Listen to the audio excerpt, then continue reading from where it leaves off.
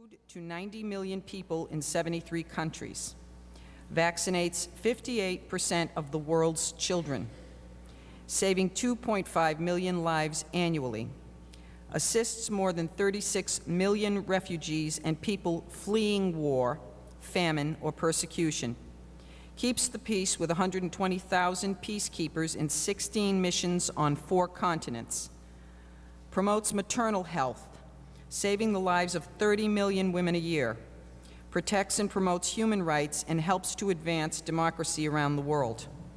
A bipartisan poll conducted in April by the Public Opinion Strategies and Heart Research Associates on behalf of the United Nations Foundation shows that more than 8 out of 10 voters say it is important that the United States maintain an active role within the UN. In Massachusetts, UNA USA is represented by Ms. Laura Giroux, Director of Membership at UNA USA. Working with community organizations, colleges, high schools, museums, and local governments, we hold community events that educate Massachusetts citizens about the work of the UN, while simultaneously bridging Massachusetts to the global community through shared values, ideals, and solutions to shared problems. The appointment of a Massachusetts UN Day Chair and a proclamation declaring October 24th UN Day in Massachusetts will illustrate your commitment to the progress that the U.S. has made and is making daily in support of a peaceful, prosperous, and sustainable world. Therefore, we encourage you to appoint a chair at your earliest convenience. Once UNA USA receives the name and contact information of your appointed chair, we will follow up with the appointee providing additional information. Should you or your staff have any questions regarding UN Day, please contact Ms. Laura Giroux, Director of Membership at UNA USA Headquarters by phone at 202-887-9040 or via email at lgiroux@unausa.org. Thank you for your consideration and support for the work and ideals of the United Nations. Sincerely, Town of Southbridge. Signed by the Council and the Manager, and we will send this to Governor Deval Patrick. Secondly, in the mail I received, addressed to the Town Council. Dear members of the Town Council, on behalf of the school committee, staff, and students of Bay Path High School, I am writing to express our sincere appreciation to you and the district's voters for their support of our addition renovation project. We especially appreciated the opportunity to speak to you and the community about the project. The positive vote on October 4th means that the Bay Path School Building Committee will immediately begin its work to bring the project to fruition in a timely and cost-effective manner. Soon, the committee will interview construction managers and select the firm most capable of building this complex project in a safe and efficient manner. As we embark on this exciting and much-needed improvement, you are invited to stay involved in the project. I would be happy to meet with your committee anytime you would like an update on the construction. Additionally, we will be sure to discuss the progress at our regular meeting in the spring. In closing, we look forward to a rewarding and mutually beneficial relationship with your community for many years to come. The regional school's success can only be achieved by working closely with the towns it serves. Thank you again for promoting high-quality vocational technical education in southern Worcester County and your support of Bay Path High School. Sincerely, John LaFleche, Superintendent Director, Bay Path Regional Vocational Technical High School. With that, I'm going to turn it over to the Town Manager's announcements. Mr. Clark. Thank you, Madam Chair. I do have a few this evening. The first one is an anti-bullying speaker is going to do a presentation at Tantascwa Regional High School tomorrow on Tuesday, October 16th at 7 p.m. The Tri-Town Domestic Violence Task Force is sponsoring a presentation by Sir Dean Walker, who will speak to the community about bullying and how it changes the lives of those being bullied as well as those who know the victim. So that is tomorrow evening at 7 p.m. The next item I have is I've received a notice from National Grid. They are doing some replacement work on gas mains and gas services in the neighborhood of between 2 and 33 Plimpton Street and 16 and 20 Walcott Street in Southbridge, Mass. The work should have already started. It said it started October 8th, and should approximately end around October 24th. They will be working during normal working hours, 7 a.m. to 5 p.m., Monday through Friday, and they do believe that there may be some short temporary interruption in gas service as a result of this work being done. We received a notice from Harrington Healthcare Systems that they are having free mammograms. Harrington is offering a limited number of free mammograms to women who are uninsured and due for their routine exams. They have various times starting tomorrow and running through to this Friday, so basically this week. It says limited availability, reserve your spot early. To register for the free exam, call toll-free 1-888-765-3020. Also, we have a Sabres Bank is sponsoring a first-time homebuyer certification. The certification session is going to occur October 17th and October 18th from 5:30 to 9:30. For information, it's going to be held at Sabres Bank at 270 Main Street here in Southbridge.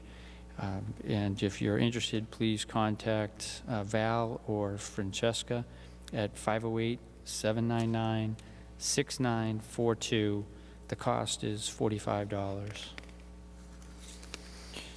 And then we just received today some information that the Executive Office of Energy and Environmental Affairs Secretary Richard Sullivan will be making a public announcement of the second round of grants to towns impacted by the tornado.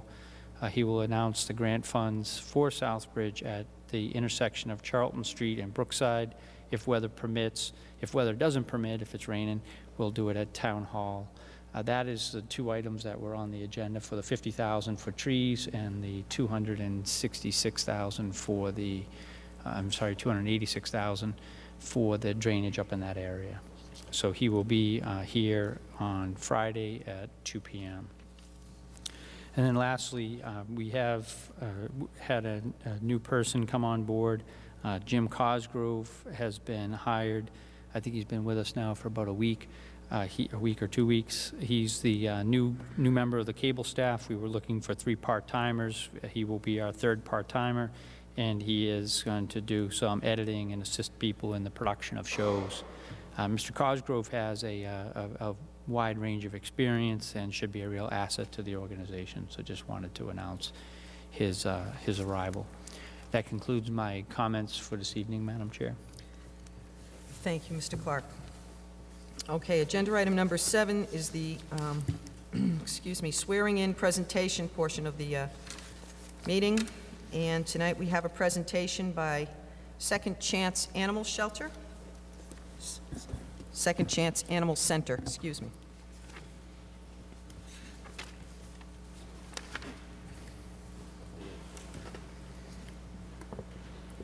My name is Cheryl Blancato. I'm the Executive Director of Second Chance Animal Shelter. We're in East Brookfield and North Brookfield. And I want to thank you for inviting us tonight to explain the program that we have for the town. We received a grant from the PetSmart Charities of $101,920, and it encompasses 8 towns, Southbridge being one of them. We originally started with 4 towns, and now it's spread to 8. The 4 towns, the 8 towns are all the Brookfields, Spencer, Charlton, Warren, and Southbridge. And as I heard, you do have a serious cat problem, and we are here to help with that in any way we can. The grant covers us to do spay-neuter at either free or seriously reduced costs to the general public. The cost for anybody that's on public assistance for a feral cat, which is outside, untamed, stray, is free, and $10 for if they own a cat. And that includes a rabies shot as well. If they're under the income level of about $34,000, but not on public assistance, it's still free to get the outside feral cats done, and it's $40 for their own cats.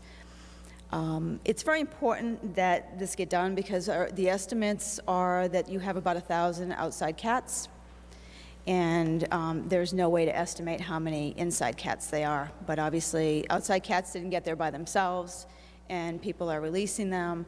We need to get them spayed and neutered to prevent the population growth that you've had. And what's called TNR, which is trap, neuter, release, is what we recommend for your outside cats. It's the best way to control the population. It keeps them in check. They still provide rodent control, and I know from talking to a lot of people, they say, well, I just want to get rid of them. That doesn't work, because obviously they're there because there's a food source in the shelter. And even if you were to remove all those cats from a colony, you're going to have more that just come right back in. The best thing to do is to spay and neuter, and that way it keeps the other cats out of there. They'll protect their own territory. You won't have the odor issues, the fighting issues, and all of those, and obviously not the population issues. We've been working with the Board of Health. Maritza's been wonderful about helping us with overcoming the language barrier and really getting the word out there. We've met a couple times now with Police Chief Charette, and he's been very helpful. But we need to get the word out to the public, because this is for 8 towns, and when the money's gone, it's gone. And I'd like to see Southbridge, because of your cat issue, get as much money as possible and get as much help as possible with this. So we do need to get the public to call us, to get involved with this, to get the animals spayed and neutered, and not just the ferals. I mean, we've been talking a lot about the feral cats, but definitely the inside cats as well. Because I know that some of the apartment houses that we have been to have, some people have 10, 15 cats in their house. And, so we like to get that taken care of. I'm certainly available at any time for any questions, if anybody has them, but our wellness center is there to field the calls. We have been sending our transport vehicle out to Southbridge almost every day. We realize that sometimes transportation is an issue in getting to our wellness center to get the animals done. So we are providing free transportation to the residents. We are providing free use of our traps to trap any of the outside cats, whatever you need. I grew up in the town. My dad had a business here for 50 years. And, I really would like to see, I understand the layout of the town, and I'd really like to see, us be able to help you with the problem. Any questions? Cheryl, could we have a phone number where you can be reached? The number for the Wellness Center is 508-637-1333. And it's important any residents that call that number, to say that they're from Southbridge, and then we can get them right into the program. Like I said, our transport person's coming right out, so they can, we only have a limited number of traps. As you know, a couple of them were stolen, so we're down a little bit further. So sometimes they might have to wait a few days for us to get the traps to them, because other places are using them.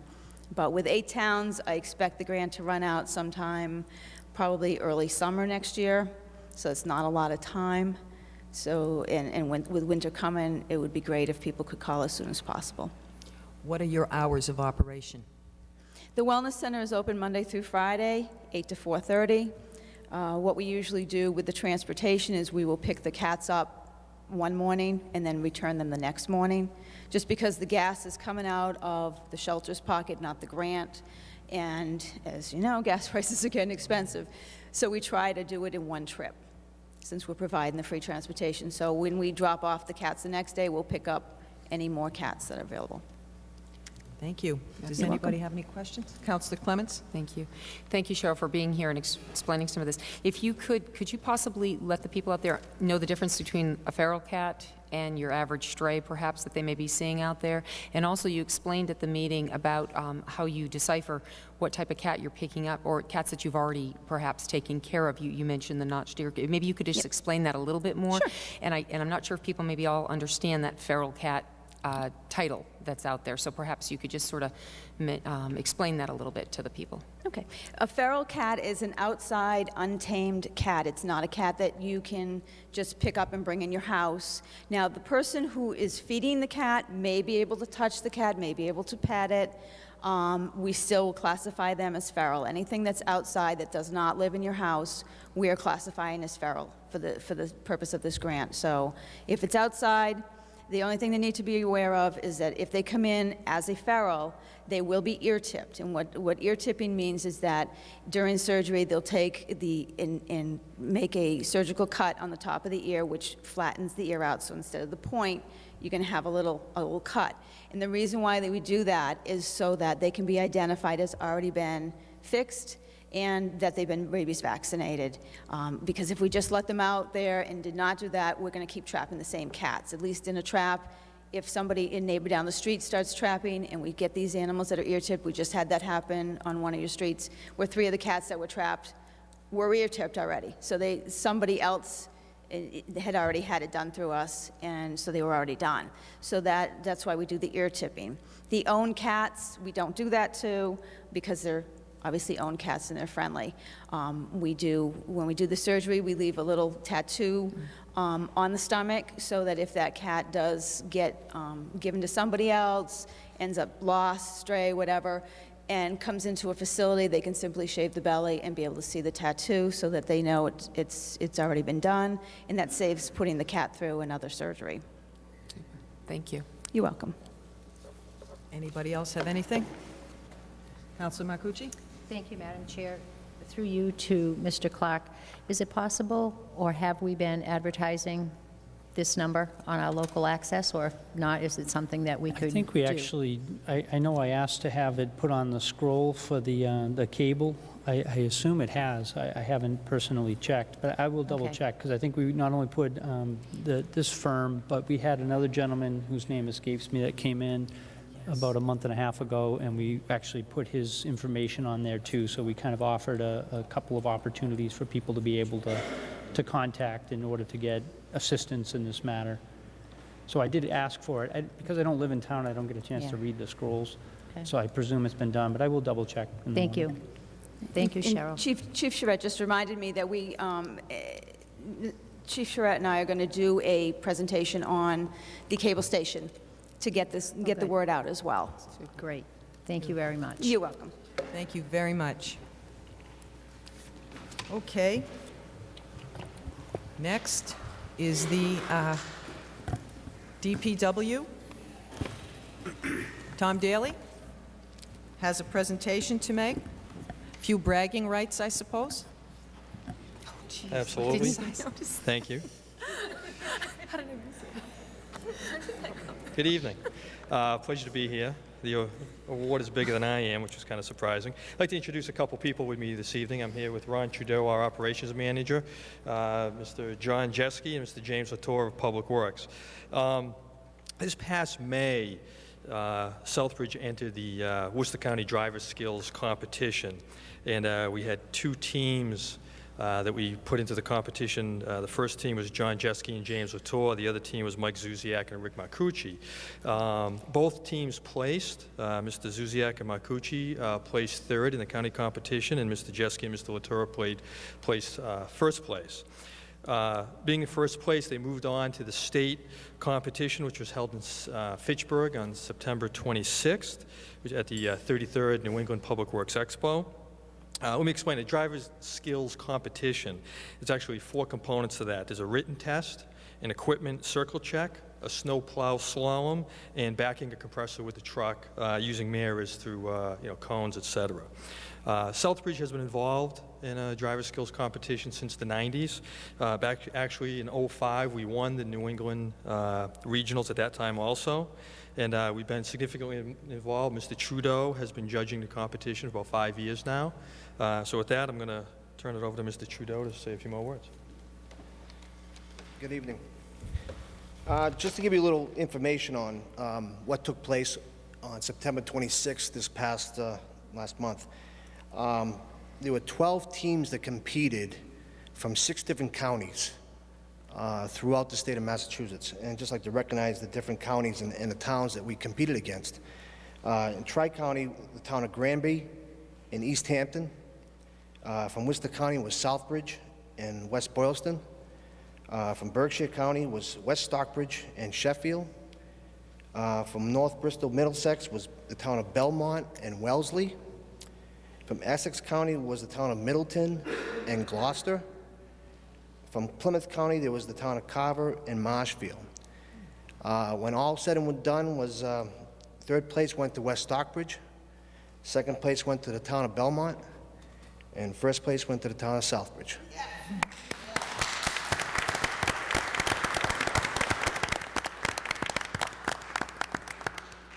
So with no further ado, I'd like to help me congratulate John Jeske and Jim Latour on a fine job for the town of Southbridge representing the state of Massachusetts in the regionals that'll happen November 7th in Fitchburg. They'll be competing against New Hampshire, Vermont, Connecticut, Rhode Island. The state of Maine does their own thing because being such a big state. So we'll be competing against the other New England states. And from there, this is supposed to go on a national level. The Mass Highway Association is going to be funding this thing. And if we win at the regional level, we'll be going national. Could be competing either in Denver or in Charlotte, North Carolina, for the national competition. So it's a long time coming, and then hopefully just help us wish them good luck. And we'll be competing again, like I say, in November for the regional champs. We've done it before. We have done it 3 times, in '05, in 2010, and 2012. We've taken the state level. Only once have we win the regionals, and that was in '05. So we are very competitive down there. We take our job seriously, and we have a little bit of fun doing it. You should, and congratulations to you. You actually beat out some of the towns in the western part of the state, in the Berkshires. You'd think that they would be, able to do this blind. Congratulations. Thank It's you. quite A an little accomplishment. Little side note, too, on a competition, usually a truck is donated by a town that's competing. And Jimmy and John happened to beat the town of Belmont with their own truck. So Belmont had the truck there. Nice. We used their truck in the competition, and we beat them with it. Excellent. So Well, congratulations, gentlemen. thank you very much. It's quite a trophy.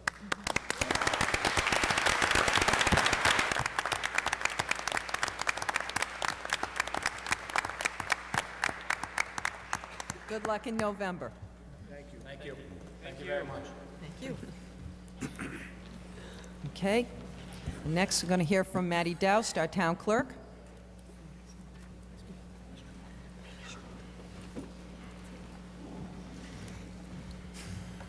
Good evening.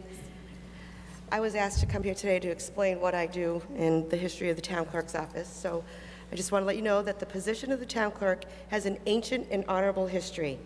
In biblical times, town clerks were scribes and scholars, learned men who were among the few people who could read and write. Their writings became the historical record of times. The position has since evolved to include many duties now mandated by law, many others established by tradition in the community. Functions at the office vary with the size of the community and whether the town clerk is full or part-time. In Massachusetts, most town clerks are elected to office. In some communities, they are appointed by the Board of Selectmen or the town manager. In Southbridge, I am very fortunate to be elected by the residents in town and have been humbled by the support of this community that they have afforded me. Town clerks are committed to work beyond the scope and mandates of customs of their communities and serve the citizens as the focal point of town government.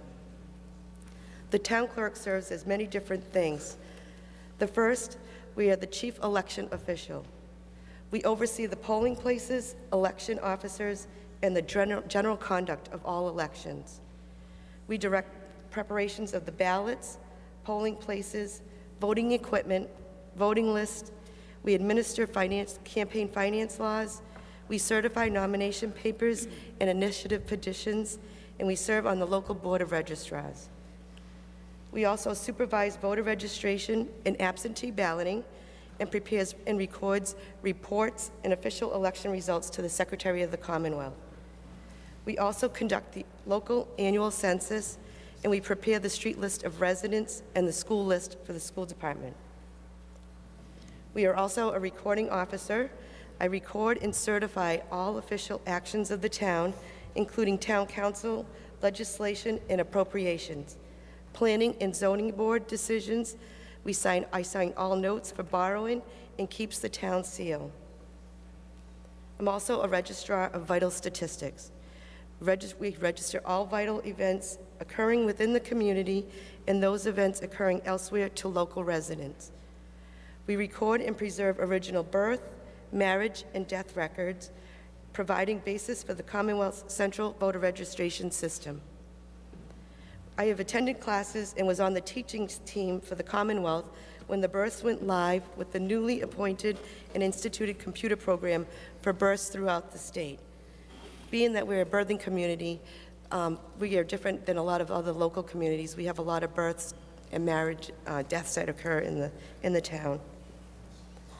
I'm also a public records officer.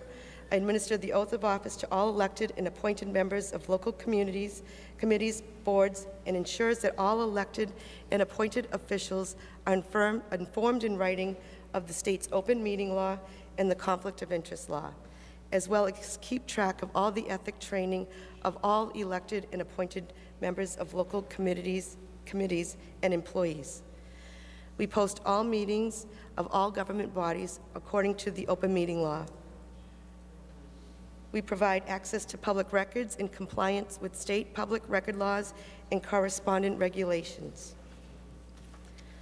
I provide certified copies of vital records and conducts or assists with genealogical research for members of the public, and I am responsible for the maintenance, disposition, and preservation of municipal archival records and materials.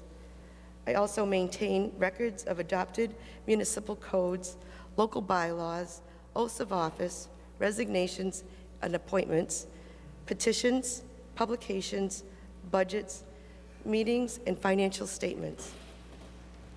I'm also a licensing officer. I issue state licenses and permits, including marriage licenses, permits for raffle and bazaars.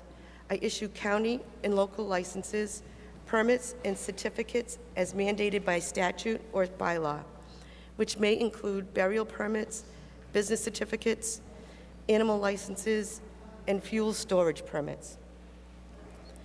We're also a public information officer. We respond to inquiries from the general public, frequently serving as facilitator with departments, providing knowledge and assistance in a fair and impartial manner to all. We're often considered the core of local government. The town clerk's office serves as the central information point for local residents and citizens at large. I'm also a notary public. The town clerk's office is the only office in Town Hall that has notary service available to the public. The clerk's office also notarizes documents for all departments within the building. I'm a justice of the peace. As a town clerk, I was able to become a justice of the peace and offer this service to those who are looking for a justice of the peace to officiate their wedding services. Most of the weddings I perform are off the premises. I am also a certified town clerk. I am the first Southbridge town clerk to obtain certification. I am a certified municipal clerk, which is recognized nationwide, as well as a certified Massachusetts municipal clerk. I am working towards my master municipal clerk certification, and I hope to achieve that goal in a few years. As a final note, I'll keep it short, Council Langevin. I'd just like to remind everyone that the last day to register to vote for the state election, which is scheduled for Tuesday, November 6th, is going to be this Wednesday, October 17th at 8 p.m., and the clerk's office will remain open until then. Also, absentee ballots are available to voters who cannot make it to the polls in November, and either you can come into the office to vote or you can give us a call, and we will gladly send you an application to fill out and return to us. And that's all I have. Any questions? I'm exhausted just listening to you. Me too. You have a question, Sean? Just two quick ones. One, obviously the election thing is really a Herculean effort. How many people roughly do you have to coordinate and put together for any election, never mind the presidential? For most elections, it's 40. With the presidential, it'll be up over 50. It's a lot going on. And obviously, having been in the office before and everything else, a lot of efficient things. Are there any areas that are inefficient or that could be improved upon some way or somehow? Well, we could have new furniture. That would be a lovely thing. No, we're getting better. The state is coming through with the computer age and stuff, and so we're putting a lot of our documentations on computer up from probably the mid-'80s to present. But we're running out of space, so we're looking to get more space because we have, our vital statistics go back to 1743. So there's a lot in that vault. So Thank you very much. you're very welcome. Thank you.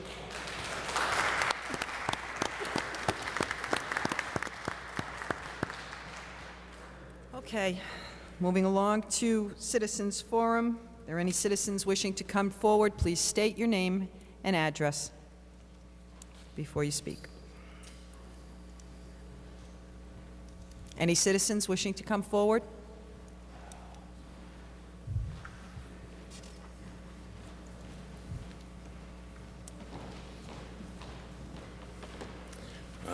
My name's John Pulaski, Old Woodstock Road. I just want to clarify something. Apparently, last meeting when I was up here, I wasn't clear about the wells that I was speaking of at the landfill, because the town manager was talking about the wells in his reply, the wells that are getting the landfill gas for the generator. The wells in which they are exceeding in numerous toxins, arsenic, which is we do have arsenic in some places in background, and arsenic isn't a good thing, but it's a part of living in, wherever you have granite, you tend to have often arsenic. But the lead and the chromium is problematic. I don't think chromium is going to increase. I think that's from years past when chromium was allowed to be put in the landfill. But the problem that really concerns me is the lead. Now, these are wells that are dug on the outer perimeters of the landfill to make sure nothing escapes. We were told during the original, well, not only during the site assignment hearings, but the year before, that this landfill is going to meet drinking water standards on the outer perimeter. And if it didn't, the operator would be out of there, which is not necessarily fair because some of those toxins could have come from before when the operator was there.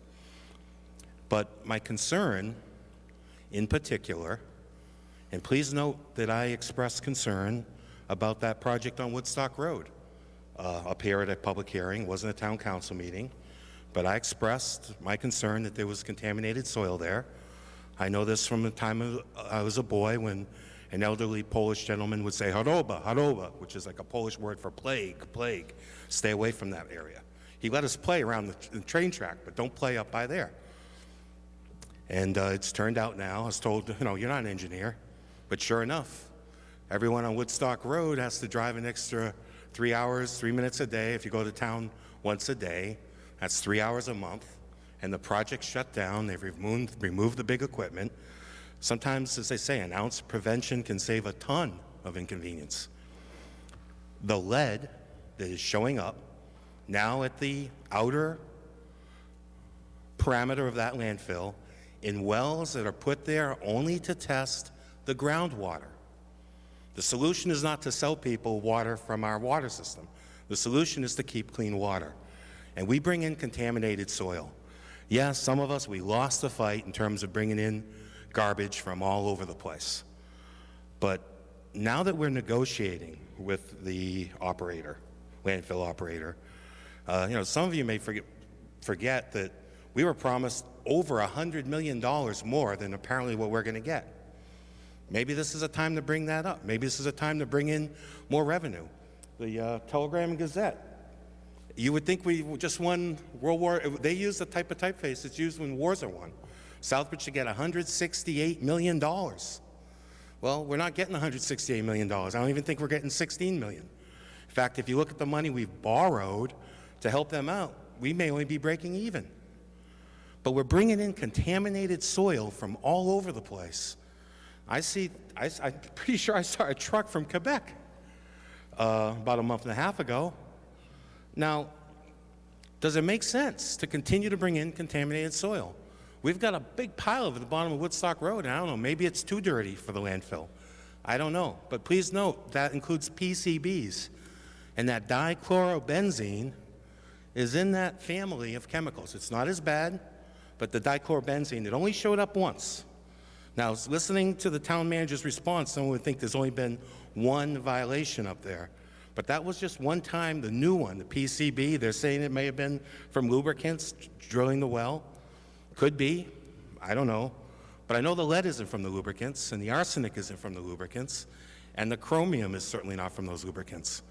And it stands to reason that we don't want to bring this stuff in our town. It's not good stuff. We only get $5 a ton. That is not a lot, $5 and change a ton. That's not a lot of money. That's not how we're going to pay off our town's debts. So please, while we're negotiating, please put pressure on the attorneys we're hiring for this to get the money we were promised, maybe first of all. And secondly, protect, defend our health by not bringing in at least the contaminated soil. At least the contaminated soil. Now, the DEP has been made aware of these violations, not through the Board of Health, but through the work of a man I admire, Mike Marchetti. Mike Marchetti went to the DEP, but yet their response, I think, is very weak. It reminds me of our town attorney's comment of last August, analysis paralysis. What are they going to do? They want to study it. They want to study the last 5 years. Okay, well, at least they're doing something. But I don't want to keep coming up here. There's 3 meetings in a row. I just wanted to make you folks aware, because I know you have dozens and dozens of different issues to keep your eyes on. Okay, and your 5 minutes is up. Thank you, ma'am. Do you want more time? No, or? thank you. No more time is needed. Thank you. Thank you, Mr. Pulowski. Any other citizens wishing to come forward? Okay, we're going to move on. Agenda item number 9, vote to ratify the appointment of Michael P. Sullivan as sergeant in the police department to fill an existing vacancy in the sergeant rank. Looking for a motion. So moved. A second? Who did? Second. Second? Okay. Discussion? No discussion? Okay. Counselor McDonald? Just in looking at this and reading the remarks that were in Councilor Langivan's minutes, we're getting ready to have an audit come in to look at some of these things. And it's my understanding that we presently have 5 sergeants, and this would be the 6th. Is that not correct? Through you to the town Actually, manager? we normally have 7, and we're down 1, so we have 6. We normally have 7, though. The 4 years that I've been manager, we've had 7. 7 sergeants? Correct. Okay. So 7 sergeants and a lieutenant and a chief, that makes a total of 9 officers or managers in the department of 31, with 22 officers. In a managerial sense, the typical ratio is usually 3 to 7. A supervisor can effectively supervise 3 to 7 people, with the optimum being 5. And when I look at this number, this works out to 2.85 officers, police officers, per manager. And that seems to be a bit top-heavy.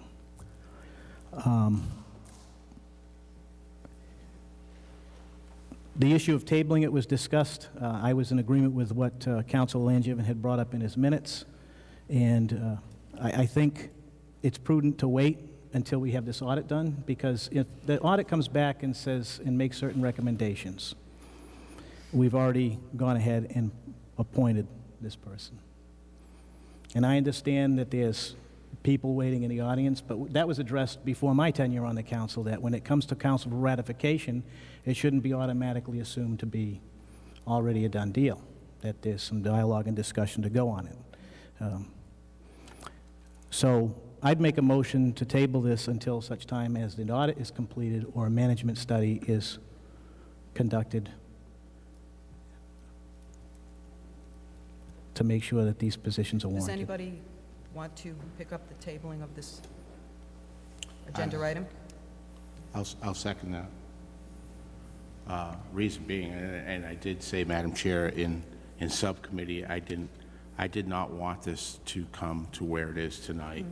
But this wasn't, it had nothing to do with an audit. No. That wasn't your reasoning. No, mine was to just basically table it and refer it back to subcommittee. And my reason was, in no disrespect to my citizen subcommittee members, but that evening I had, as we all know, we have 5 committee members on the board at that time. My 2 counselors, they weren't present that day, and I agree. I can't control who's coming to my meetings and who's not. But as a counselor, to get to this floor where we are now, the bottom line is there was 3 counselors that were there. I was the only counselor on my subcommittee there, and then there was 2 previous counselors that were sitting in, and they gave their views. I just didn't want, and I said it before, and I'll say it again, this is no disrespect to Michael Sullivan whatsoever. Didn't want it to be here, but it's here now. Personally, I wanted to postpone this and just bring it back to subcommittee and get everyone else's opinion before we came up to the council floor. In that case, this is where we are now. So I have concerns. I've shared some of my concerns there. Councilor McDonald was right. One of my concerns was, and I spoke to the chief briefly on this, is, and I do recall, I'm going back to when I was a councilor back, I want to say 2006. There was at one point 7 sergeants, and I could be totally wrong, with 1 lieutenant. Chief back then wanted to get 2 lieutenants. We said, if you want 2 lieutenants, we have to bump 1 sergeant, and we did that. We went to 6 and 2. Now, and it was brought up at in subcommittee the other night, saying that, okay, we're going back up to 7, and I also want to come back in a couple months from now for my 2nd lieutenant. One of the things that I'm seeing here is, as Councilor McDonald just pointed out, I'm seeing a lot of chiefs with less Indians. I mean, the numbers are the numbers, and we could debate and go back and forth. I'm just sharing some of my concerns of what I see there. Times are tough. We all have to manage differently, and every day I get things thrown at me more. I mean, if you look at how many, again, the ratio of patrolmen versus the ratio of shift supervisors, I'll call them, it's getting out of hand. So that's one of my concerns. So again, I'm just sharing my feelings. This is a 9-member board. Whatever they decide to do, I said my piece in subcommittee. I'm saying it now, and whatever the will of this council is, so be it. Thank you, Madam Chair. Thank you, Councilor. Councilor Clements. Thank you, Madam Chair. So I wasn't able to be at that subcommittee meeting. I heard a lot about what went on at that subcommittee meeting, which concerned me a bit. But what I don't like seeing now, so now we're here in council where we're all here, except for 1, and we have the ability to go over the information, to listen to the chief, and vote the way we choose to vote. What I do not like seeing right now is, again, the use of tabling to stop that conversation and to stop that information coming forth so that we as intelligent elected officials can all voice our opinion and then make our vote. And I certainly hope, tabling would be one thing, but tabling it until the end of an audit, are we now going to have our hands tied on every issue with the police department until this, quote, audit, which could take, what, 6 months, a year? Who knows how long this audit could take? Is that what's going to happen now? Every time there's a police issue? A police department that we said we thought was doing nothing wrong, really, but we just wanted little checks and balances. And are we now going to second guess, and we should second guess a little, I'll take that back, part of the wrong use of terms. But are we now going to have everything, have our hands tied every time we want to discuss and make conscious decisions for this community? Are we going to have our hands tied with somebody throwing out the audit word? I find that, unfortunately, very, it doesn't sit well with me. So, I mean, to say we want to table it, to say we want to send it to subcommittee for more discussion that you did not have the first time around, those things, but to add to that motion to wait till audit is finished, something just doesn't seem right with that. And I personally would like to hear what the chief has to say, because I wasn't at that meeting, or the town manager, or anybody else who wants to put some input before we take the vote on this particular vote. So we are councils, we're up here, the public gets to see us and hear us today. Let's bring it up in council, let's discuss it. We don't have cameras in the subcommittee meetings, which I wish we did. So we're here. We're in front of the people. Let's talk about it. Our concerns. If it's about money, issues, ranks, that's fine. Let's find out what's so compelling that we need another sergeant and go from there. And that we invested the money in the sergeant test, by the way, that came through subcommittee, and we knew this was going to come up because we voted consciously to have a sergeant test administered back a month or so ago. Maybe we shouldn't have done that. So that's my piece. Thank you. Thank you. Anything else on the tabling of this agenda item? Councilor Marcucci. Thank you, Madam Chair. Just a few thoughts for me. I read the minutes over the weekend, and after I read the minutes, I did make a phone call to Councilor Langevin, and he basically told me what was stated in the minutes that he read this evening, that, our conversation was he was a little disheartened for the simple fact that, number one, he did not know that this was going to be an agenda item for his subcommittee meeting. That I find odd or different because as a chairman, Councilor Nicola, respectfully, you set your agenda with the town manager. Of the main meeting, not your subcommittee meetings. Right, I understand that. Okay. I've been around for a little bit. I understand that. I just want the public to understand that. Oh, okay. Thank you. And Councilor Langevin was unaware of this item being added. And I asked him, did you raise that question, Dave? And he had told me, yes, that he had spoken with Mr. Clark, and Mr. Clark thought that his secretary had brought it to Councilor Langevin's attention. Now, with all due respect to chairmen of every subcommittee, you set your agenda, and if it's an agenda item that's added without the knowledge of the chairman, I don't think that's something that should be acted upon.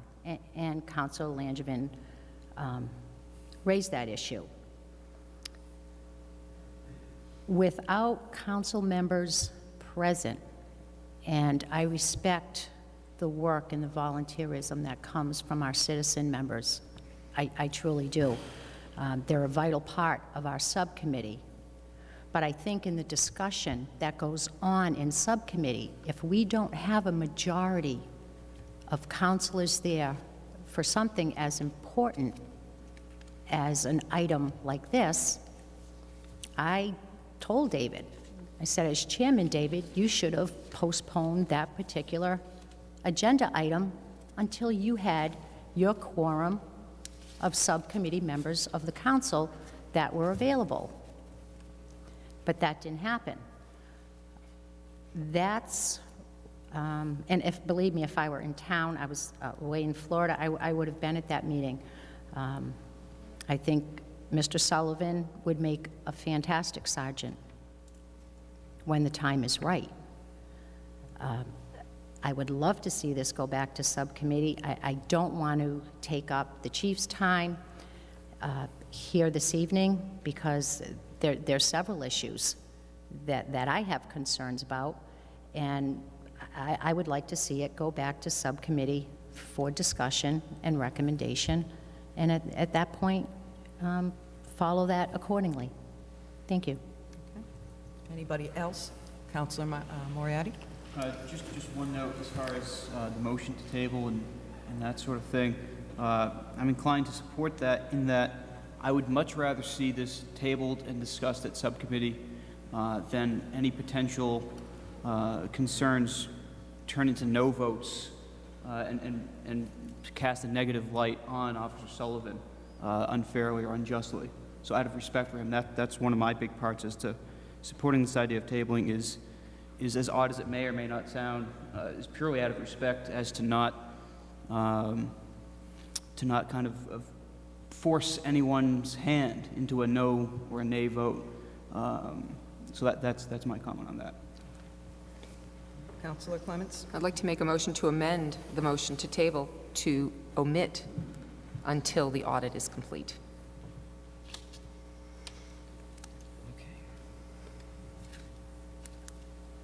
Prior to anything further, I have a comment to make myself. I did attend the meeting, subcommittee meeting on October 9th, Tuesday. And for the general public's information, this is how it went down.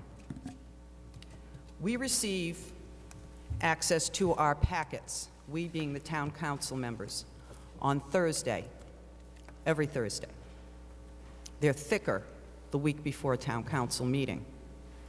They always carry any subcommittee meetings that will be held in the next few days and that following week, sometimes 2 weeks, depending on when the next town council meeting is. Councilor Langevin is like clockwork. He always beats me to the town hall on Thursday nights. He gets there before me because he works in town and I don't, so he's always in there before me. I was very surprised not to see him that Thursday night because he's usually there, but he had a work-related thing that kept him away from the town hall on Thursday night.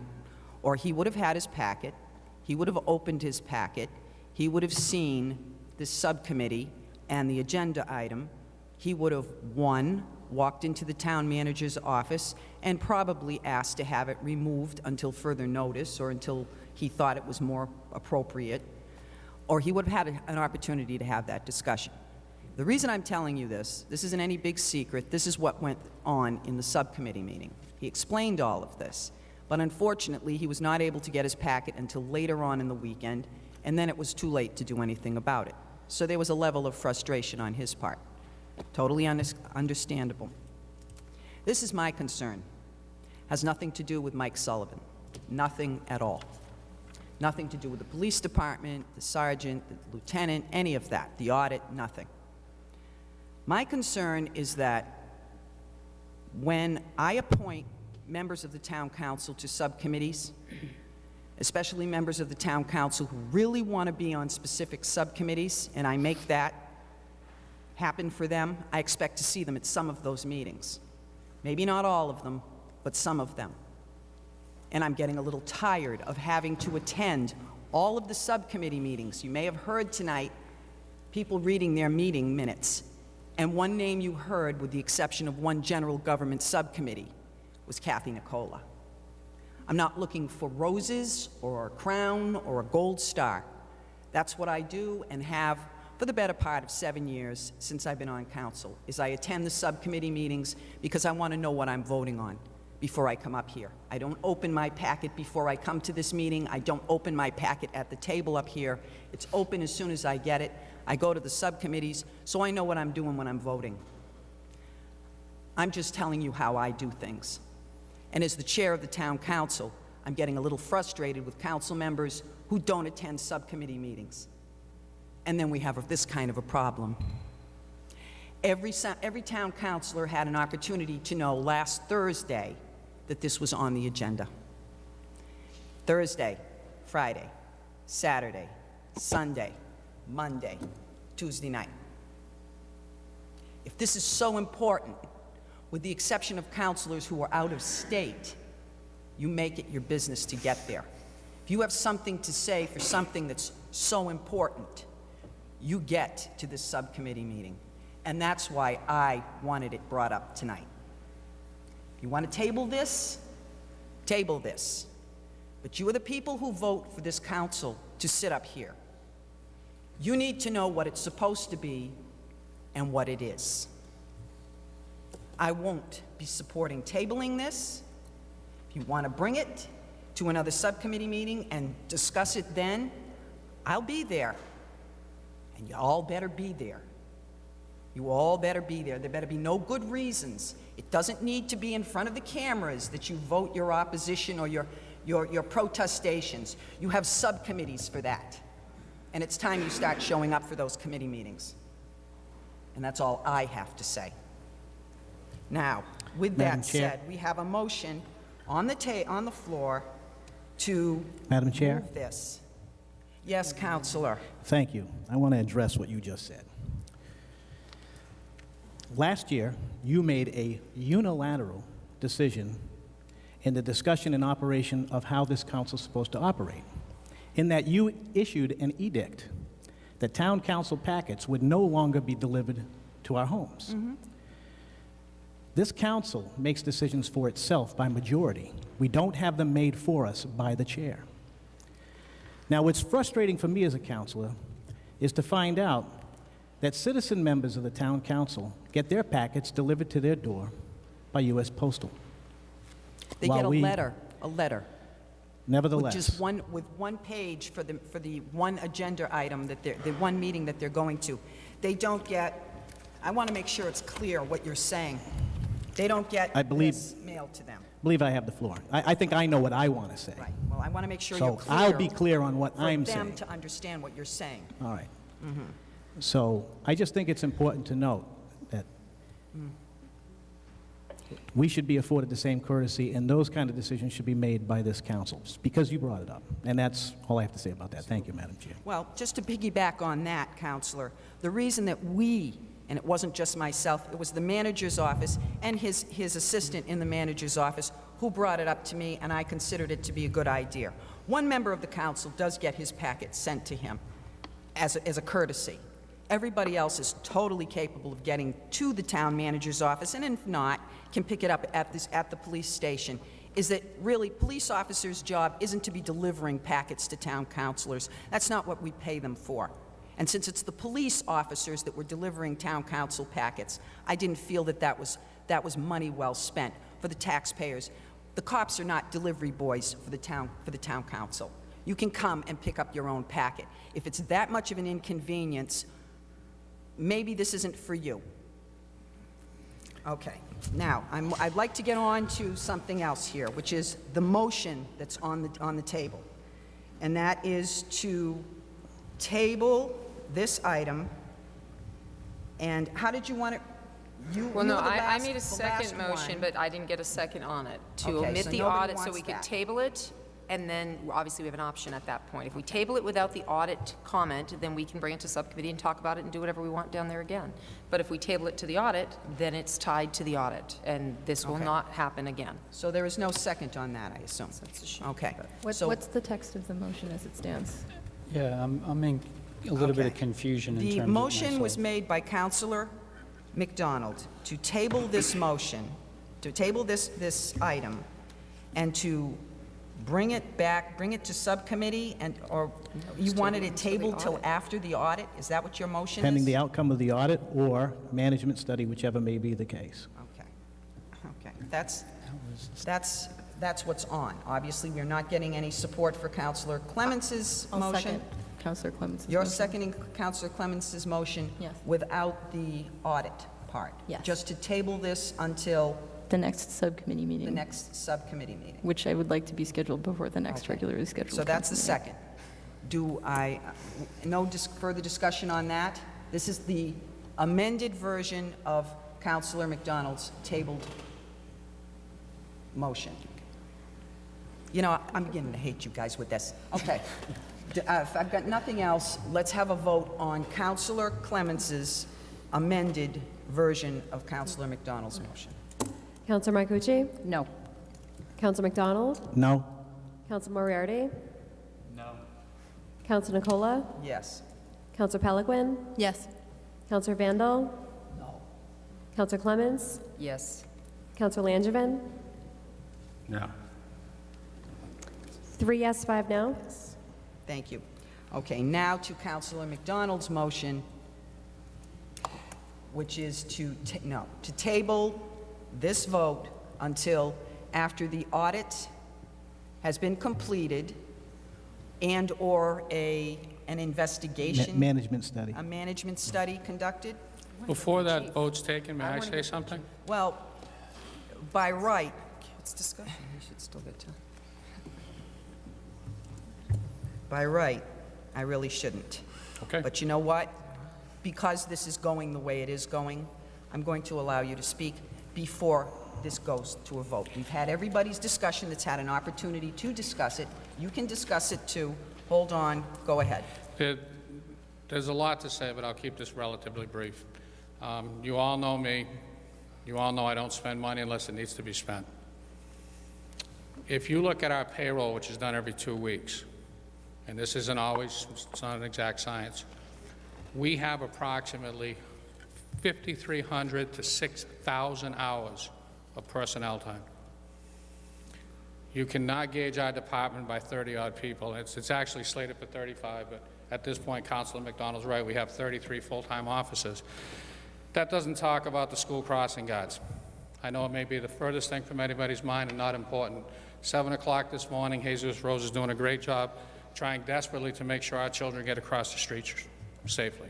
Lieutenant walks in a little while ago, spent an hour and 15 minutes on the phone with a lady who was extremely upset that her dog got bitten by another dog. I know those sound like small things. I can get into the stabbings over the weekend. I can get into the serious stuff.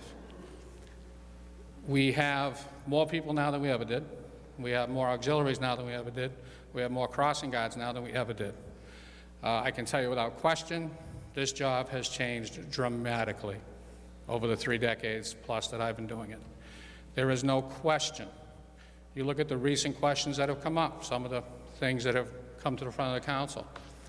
6 months ago, 4 months ago, there was no mandate about exactly how many hours you do training now. Jose Ding and I are digging into things now.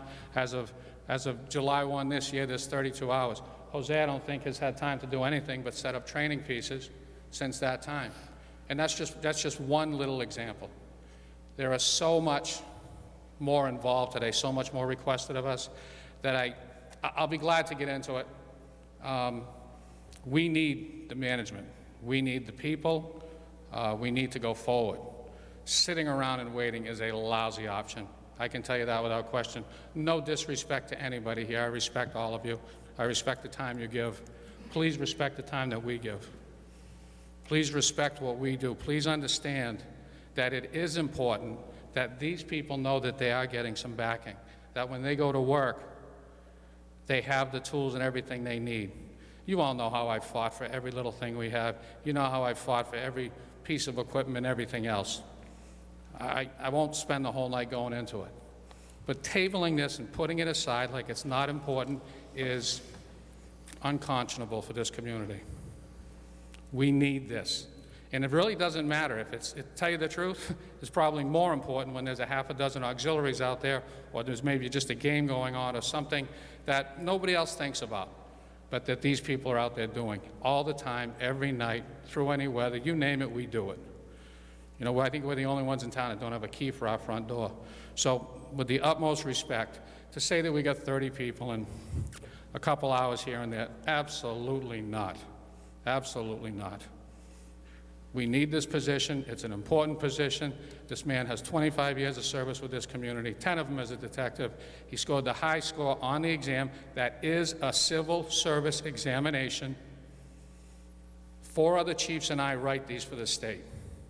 I've been writing these. I've done the exams for the chiefs. Every chief who's taken a civil service exam in this state through the assessment process for the last 4 years. This company comes down to the level of sergeant. We haven't written them below the level of captain. I can tell you it is the best way to do testing. Some of the officers are here who went through the process. They can fill that in if you'd like to. But I don't want to go eons beyond this question. This question is about management. It's about doing all of the things that we want to get done. So please, I'm asking you, support that decision. If you want to go back to subcommittee, Councilor Langevin and I talked at length. I had no idea he hadn't picked it up. He's got a life too, we all do. I understand that, I respect that. Get it back to subcommittee, talk it out, see what the issues are, but get this done. They deserve it, the town deserves it. Thank you. Thank you, Chief. Council. Thank you. Madam Chair, through you, Chief, you had mentioned that this is a civil service exam. Yes. How is it a civil service exam and then we hired a private company to administer this test and the town paid $5,000 for it? That's what I was alluding to, Councilor. And civil service has always given the option of allowing a community to do, for want of a better word, a private exam. It wasn't that popular until just a few years ago, approximately 4 or 5 years ago. They started having enormously high statistics of people not passing the exams. We had 6 people take it, they didn't pass it, and I know these are all good people.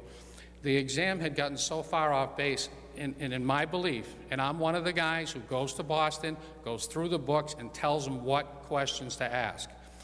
The problem is, in this day and age, a sergeant out in Boston, he's worlds away from a sergeant in Lee, Mass. And I'm not just talking geographically. You can imagine that a sergeant in Boston maybe has 2 or 3 or half a dozen people on the shift, and that's what he does.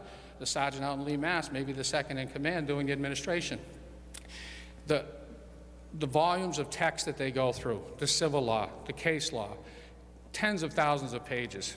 It is not a good way to examine people for one position throughout an entire Commonwealth. So they allow for this. Private companies have done this for years and years. What they do is they come in, the supervisors all put a piece together that basically says, if you're a sergeant in this community, what do you have to know to be a sergeant here? And the 4 people who took this exam did very well. As again, they're here, I don't want to speak for them, but in talking to them, I think they all really thought the process was very good. Mr. Clark did, in fact, observe some of it. I stayed completely out of it. And so this has always been an option. But what's most important to note here is in that room, through the entire process, was Lauren Columbari Fitzgibbons. Lauren is the head of testing for HRD for the Commonwealth of Massachusetts. She is the one who finalizes those scores. She is the one who takes that exam back to Boston, does not release anything until it goes to Mr. Clark, who is actually the appointing authority. And for newer counselors, I know some folks think that I do the hiring and firing. It doesn't work that way. Mr. Clark is the appointing authority. The council, of course, confirms that. So it is absolutely a civil service exam. It is absolutely scored the same way by this woman. She puts that together, that comes back as the same kind of package. The list comes down to us and is processed identical. It's just a different type of testing. Thank you. All set? Okay. Councilor McDonald. Thank you, Madam Chair. Through you to the Chief. I just want to make sure I understand, because I heard you say something about writing questions and you doing some of this. Have you ever been employed or worked for the particular contractor that we use to do this assessment? I have worked for a lot of these. I've worked throughout the state. I made it very clear to everyone involved here. I made it clear to the Ethics Commission that one time I worked with this company, and that's why I stayed completely away from it. Now, you've got to understand, I do this for the chiefs across the state. I write those exams. I write the questions, I administer those tests, and I score those tests. Those tests then go to civil services, I just explained. I did not do that with this test. I had nothing to do with the testing. I had nothing to do with the people. I didn't go near the room. I stayed completely out of it. And the Ethics Commission knows that, and I've got a letter from them saying it's okay. They know all, absolutely, full disclosure. So I respect that, but I certainly didn't want to get involved. Matter of fact, I think just last week or the week before, Webster used the same people, and they gave the exact same exam there. Different questions, but sergeant level exam there. So it's quite popular now, and I know, I can tell you without question, it's a much better process. Thank you, Madam Chair. Mr. Clark? Madam Chair, I guess I just would like to articulate where I kind of, I guess, see myself. About a year ago, we had one of the sergeants that was demoted. And in the entire time that I've been here, the discussion has always been 7 sergeants and 1 lieutenant. In the 4 budgets that I've done since I've been here, it's been 7 sergeants, 1 lieutenant. As one member of the council is always quick to say that if there's a vacancy, administration is allowed to fill the vacancy. A vacancy occurred. We conducted a civil service test. We didn't get anybody that passed it. We then came back before the council to say we need to do an alternative process that's allowed under civil service. We did the alternative process under civil service. Mr. Sullivan scored the highest on that. That was done by an outside chief and an outside firm. I did go and I did witness part of it. I thought it was a great idea to not only just have, a written test, but to actually put people through the motions of what they're going to actually experience in day-to-day life being a sergeant. Now, it's true that we went through that process. I assume the council knew I'm filling a vacancy. We had the outside consultant that came before subcommittee, that came before the council, that all got approved. At the conclusion in which the list was generated, I then met with each member, the four folks that took the exam, conducted my own interview, as I've done since I've been here, manager in the community, and came to the conclusion that I agreed with the number one person on the list, that Mr. Sullivan was in fact the best candidate to fill this vacancy. And I'm kind of hearing tonight that this isn't filling a vacancy. This is about reorganizing the police department by not having 7 sergeants anymore. And I guess I'm kind of shocked by that, because we've always had 7 sergeants and 1 lieutenant. And if I heard the concerns were, the chief said sometime in the future, he's going to come back with another lieutenant. The chief hasn't vetted that through me. We haven't communicated about how we're going to retool the department. And, you know, I will say, and I said this to him, you know, I think 8, which is a number that we've been managing with, is probably been pretty much on target. But there's no given that this administration will come back and say 8's too low and I want 9. So, you know, I guess, are we filling a vacancy or are we not? And if we're not, and we're not gonna fill a void in the department that's been there for a year because of a demotion, and we're gonna wait for an audit to be done, so there's no movement in the police department until I hear from the auditor's office, and then from the motion that was issued on that, whatever the auditor doesn't do, then I have to present, which I will fully present, a management study to be done, whatever the auditor's office doesn't complete. And I guess we're supposed to say to the police department, there'll be no filling, you know, no filling of higher rank for an extended period of time? I don't know if that's the intent. That's why, from my perspective, that's what I see. And I kind of wonder, is that really the intent of this council? It's a vacancy. It's a vacancy that the council has given every indication that it seeks to fill. And we sit here tonight, my job, the chief's job, is to go through the process, vet out the best candidates, and submit it to council for confirmation. Here we are. So I fully take responsibility that it was a vacancy. I assumed it was a vacancy. I never assumed that this was a restructuring.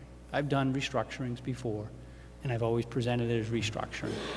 This is a simple vacancy. I didn't think it was that big of a deal. We didn't inform you. I've already apologized for that. In subcommittee, I will officially apologize that we didn't get the material to you where I didn't give you a heads up. I don't traditionally do heads up. That's not what I traditionally do.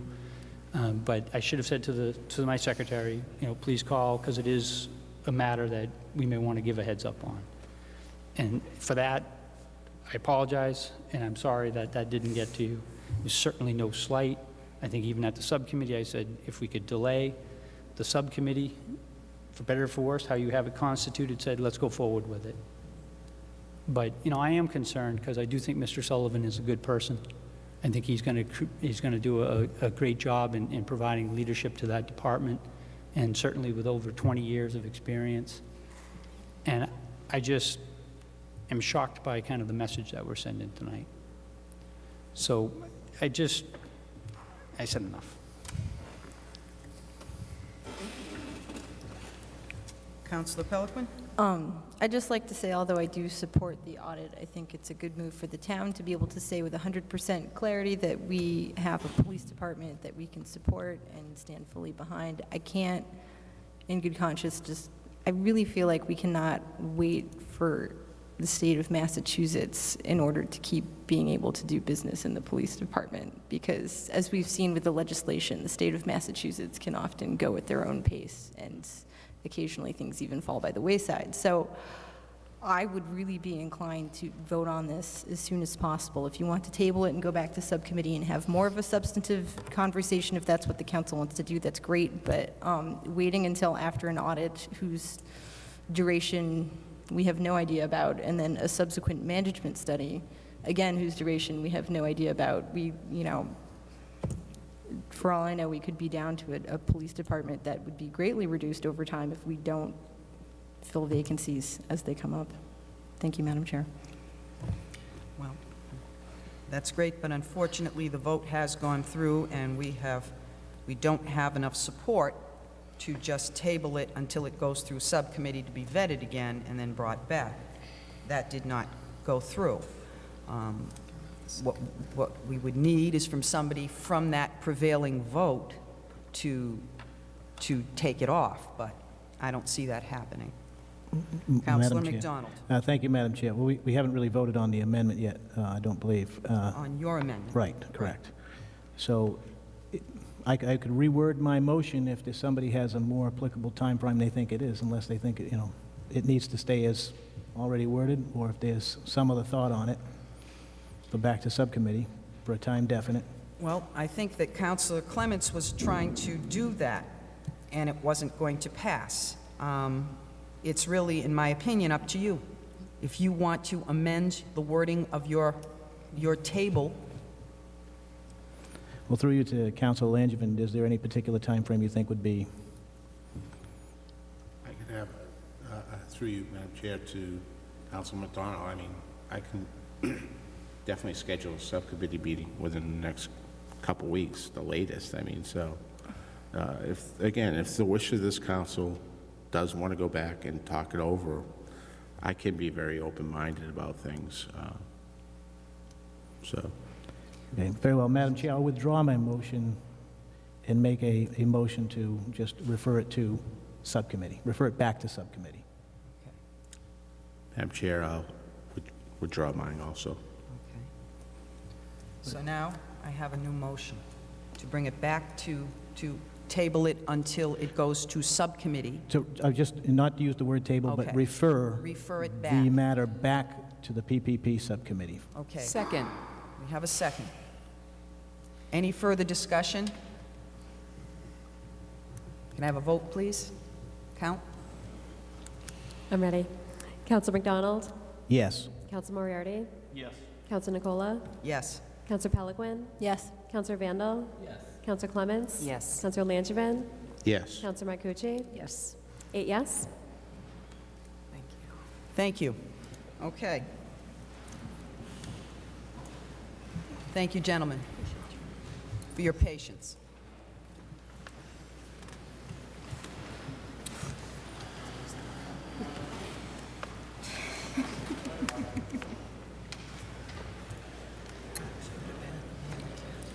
Okay, agenda item number 10. Vote to acknowledge the Bicentennial Steering Committee as the official committee in charge of the bicentennial celebration. So moved. Second. Can I have any discussion, Council? Just, I'd like to amend the wording, instead of Bicentennial Steering Committee to Southbridge Bicentennial Committee, since that's the actual name that they're using. Southbridge in front of it. Southbridge Bicentennial Committee rather than Bicentennial Steering Committee. Second. Thank you. Madam Chair, just as a kind of a point of clarification, normally when the committee is created, there's a charge that's done and a membership that's established. So I think that this is fine, but we would, sorry. Normally when a committee is created, there's usually a charge that's created. Usually also there's appointments to that committee and then a term of office for that, so there's some form and function. I think this is fine, but it would be nice if the Bicentennial Committee can follow up with the length of time that they think would be necessary and then suggest the applicants to come forward, because I think by charter, I mean, it's really the council can establish a committee and set its membership, or the manager can do it and then subject to ratification by the council. But, I mean, just form a committee without a charge or without a membership, I think maybe a first step, but we want to have the second step follow fairly quickly behind. Okay, and forgive me if I'm wrong. We did have that subcommittee, that steering committee came and gave a presentation about a month ago or so, or two.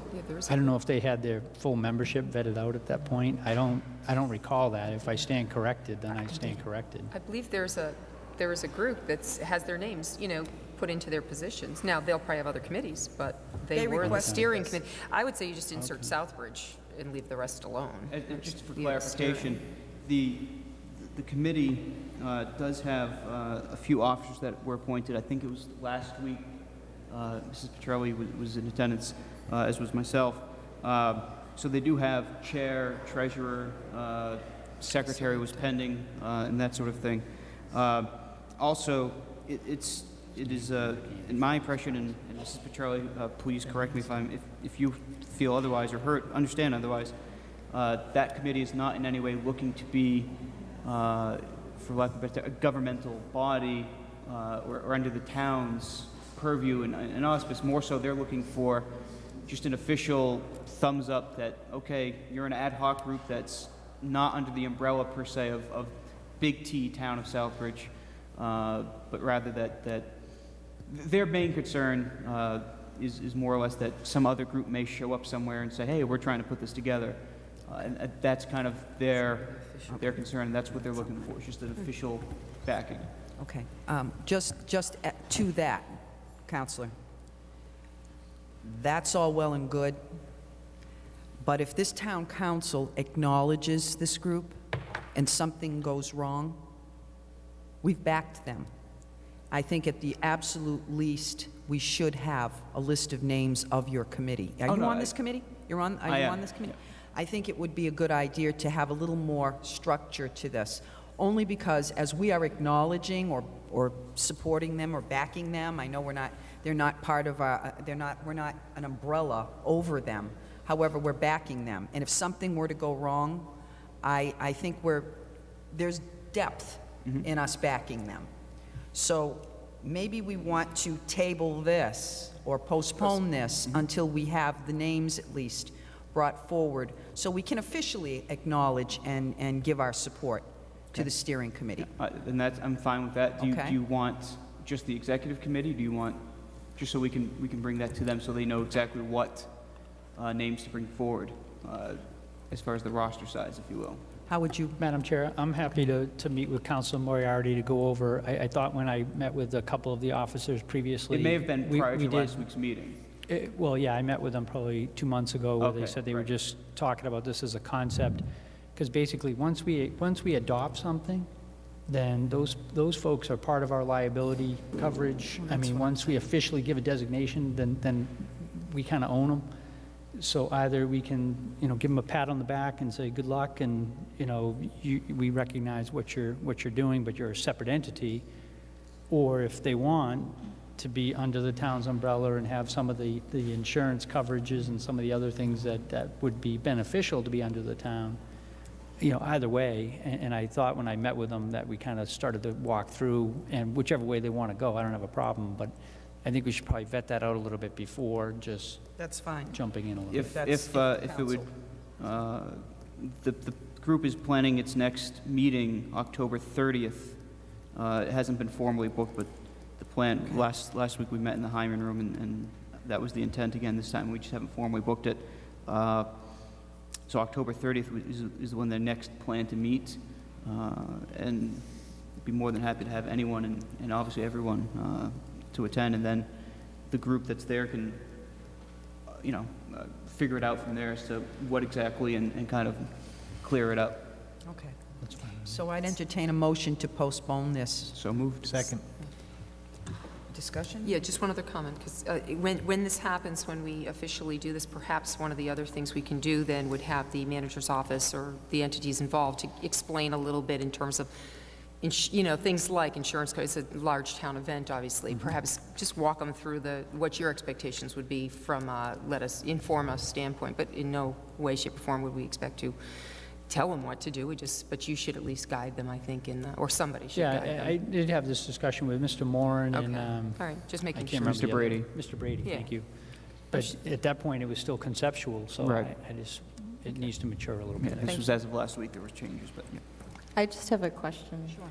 I know that there are certain groups affiliated with the town that they're like quasi-official, and I don't know if there's any sort of rule about when the town decides to recognize in a group under the umbrella of the town government or not. I know that there's like the Southbridge Downtown Partnership that works very closely with our Planning and Development Office. There's the Future of Southbridge works very closely with the Health Department.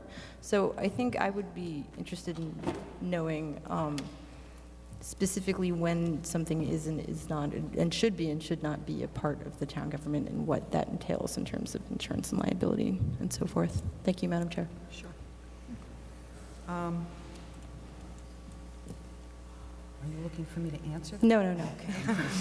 I mean, just the rule that we use, if someone gets an appointment slip, whether it's a committee created by the manager or a committee created by the council, and they get an appointment slip, they're part of under the town's umbrella. Okay. If they don't have an appointment slip from the town of Southbridge, then they're not officially recognized as part of the town government. Thank you. Okay, if we've finished discussing this, can we have a roll call vote on it, please? Council Moriarty? Yes. Council Nicola? Yes. Councilor Peliquin? Yes. Councilor Vandal? Yes. Councilor Clements? Yes. Councilor Langevin? Yes. Councilor Marcucci? Yes. Councilor McDonald? Yes. 8 yes. Thank you. Agenda item number 11, vote to accept the warrant for the state election on Tuesday, November 6, 2012. So moved. Second. Any discussion? Do you have something to add? No, you just didn't sign one of them, so I just wanted to get your signature before. Never. Excuse me. You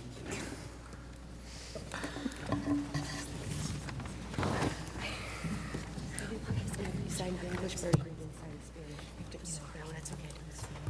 Thank you. I appreciate it. Thank you.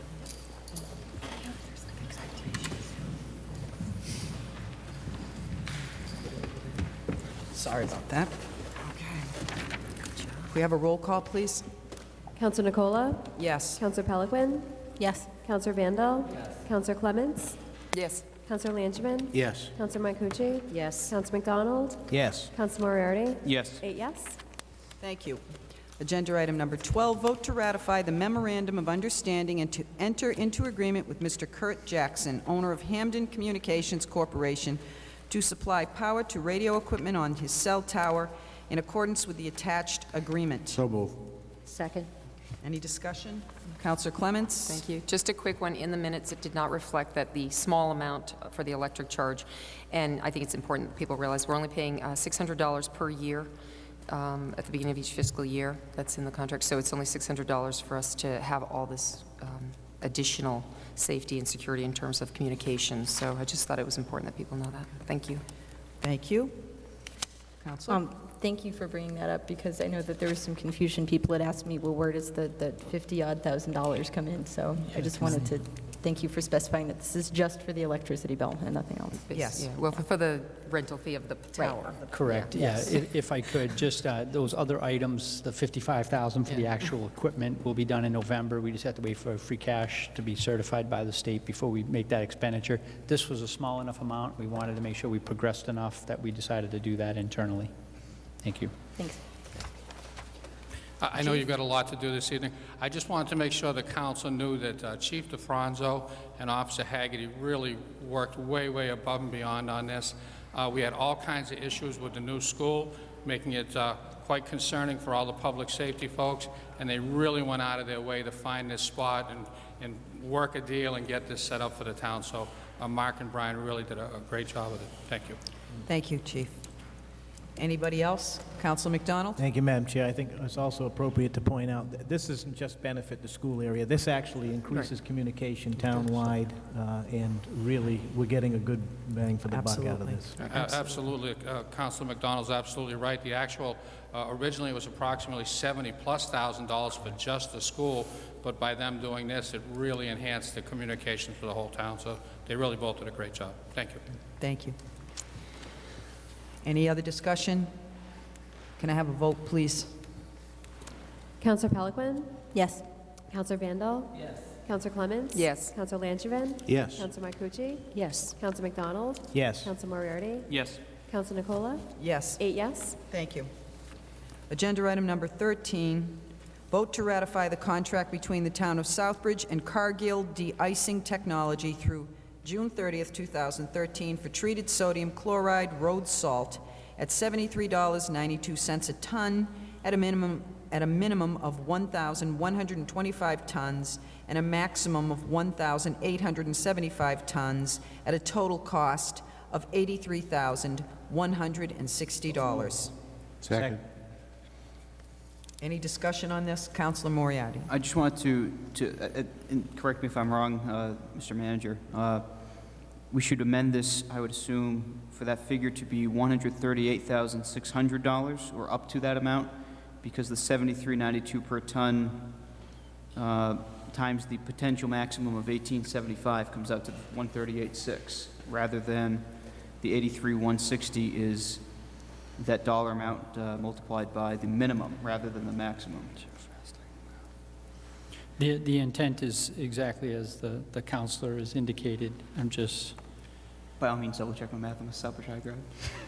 if you notice, I'm not even doing Couldn't it help it. off the top of my head, not that I can do Irish it off the top of my cynic. head anyway, but. Yeah, it's 138,600. So it should be at a cost of up to $138,600.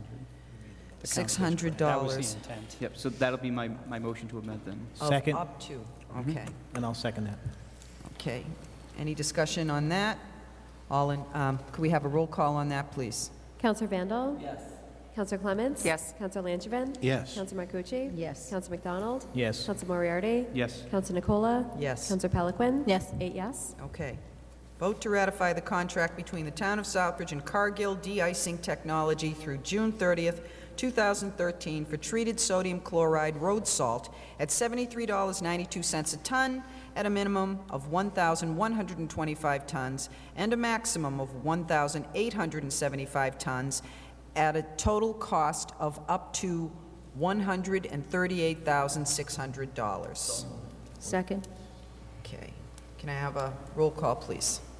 Counselor Clements? Yes. Counselor Langevin? Yes. Counselor Marcucci? Yes. Counselor McDonald? Yes. Counselor Moriarty? Yes. Counselor Nicola? Yes. Counselor Peliquin? Yes. Counselor Vandal?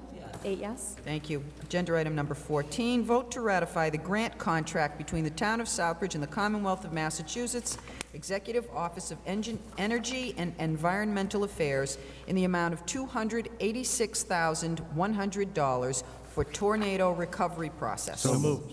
Second. Any discussion? Roll call, please. Counselor Langevin? Yes. Counselor Marcucci? Yes. Counselor McDonald? Yes. Counselor Moriarty? Yes. Counselor Nicola? Yes. Counselor Peliquin? Yes. Counselor Vandal? Yes. Counselor Clements? Yes. 8 yes. Thank you. 15, vote to ratify the grant contract between the Town of Southbridge and the Commonwealth of Massachusetts Division of Conservation in the amount of $50,000 for tree planting. So moved. Second? Any discussion? Roll call, please. Counselor Marcucci? Yes. Counselor McDonald? Yes. Counselor Moriarty? Yes. Counselor Nicola? Yes. Counselor Peliquin? Yes. Counselor Vandal? Yes. Counselor Clements? Yes. Counselor Langevin? Yes. 8 yes. Thank you. Agenda item number 16, vote to ratify the contract with Peterson Oil Company effective October 5th, 2012 through June 30th, 2013 at a firm price of $3.29 a gallon to furnish and deliver heating oil to various town-owned buildings. So moved. Do I have a second? Is a second in there somewhere? Second. Okay. Any discussion? Can I get in on this deal? Wow, it's a good price. Okay. Okay. Can we have a roll call, please? Counselor McDonald? Yes. Counselor Moriarty? Yes. Counselor Nicola? Yes. Counselor Peliquin? Yes. Counselor Vandal? Yes. Counselor Clements? Yes. Counselor Langevin? Yes. Counselor Marcucci? Yes. 8 yes. Thank you. Agenda item number 17, vote to approve proposed amendments to bylaw Chapter 6, Section 6-100, quote, licenses and licensing regulations for the town of Southbridge, end quote, for secondhand junk, precious metals, and old metals regulations. This is the second reading. So moved. Second. Any discussion? Madam Chair, just, we do need to, this was vetted out last time. We tried to do it as an emergency. We did review the section of the statute, actually, the attorney did, and said that we do, the charter is specific that it be read 3 times at council meetings. Three council meetings. So it does need to be read. So I would just offer that as this would be the second reading. But that the language that was highlighted, which I'm always not a big fan of government on the fly, that was about, there was a way to expedite the advertising process once you're done with those 3 readings, but you still have to do the 3 readings. Okay. Councilor Pelican. Speaking of expediting the advertising process, I had gone to check and see if the town clerk had received this for posting last week, and they hadn't. So I was hoping that somebody could give this bylaw to the town clerk's office so that they might post it. Thank you, Madam Chair. Thank you. Yeah, I assumed it was. Did you have something to add, Mr. Yes, ma'am. Kowalski? I'm actually talking about some other than the landfill. I can't hear you. I'm actually here to talk about something other than the landfill. I'm concerned about the precious metals. It makes it impossible. I mean, technically, like, what I do is going to make, because of having to hold for 30 days, which is, I believe, what I read, it makes it virtually impossible, except for extremely wealthy people, to do business in numismatics and bullion, unless you have a small bank. And with the price of gold moving as it does and silver sometimes, I realize this is probably meant to prevent thievery and the like, and make that, in case, but when one is dealing with gold coins, for example, like, do I need to move my eBay account to an out-of-town address? I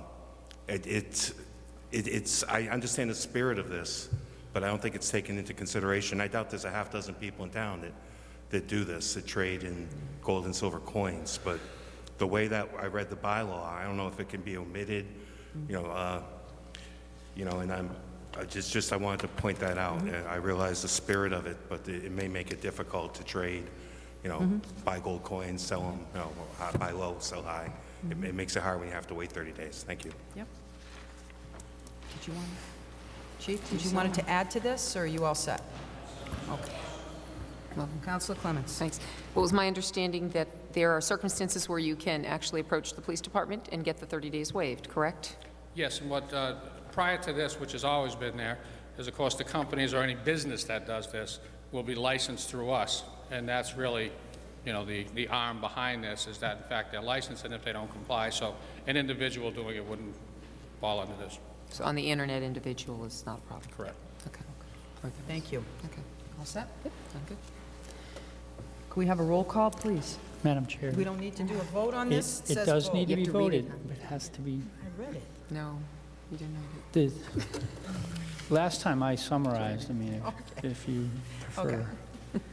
And I read from here to here. New, And then on the other side, there's a lot, so don't call me a liar. it's there. Okay, this is, and I quote, A, jewelry, diamonds, precious or semi-precious stones or gems, precious or semi-precious metals, watches and figurines shall be photographed or photocopied in reasonable detail. Said photograph shall accurately and clearly represent the article. B, with respect to secondhand articles, one clear copy of each transaction record and photograph, if applicable, shall be electronically delivered to the Southbridge Police Department no later than 12 noon the following business day. C, all transaction records shall be open to inspection by the Chief of Police or any officer or person duly authorized by the Chief or any other person authorized under law.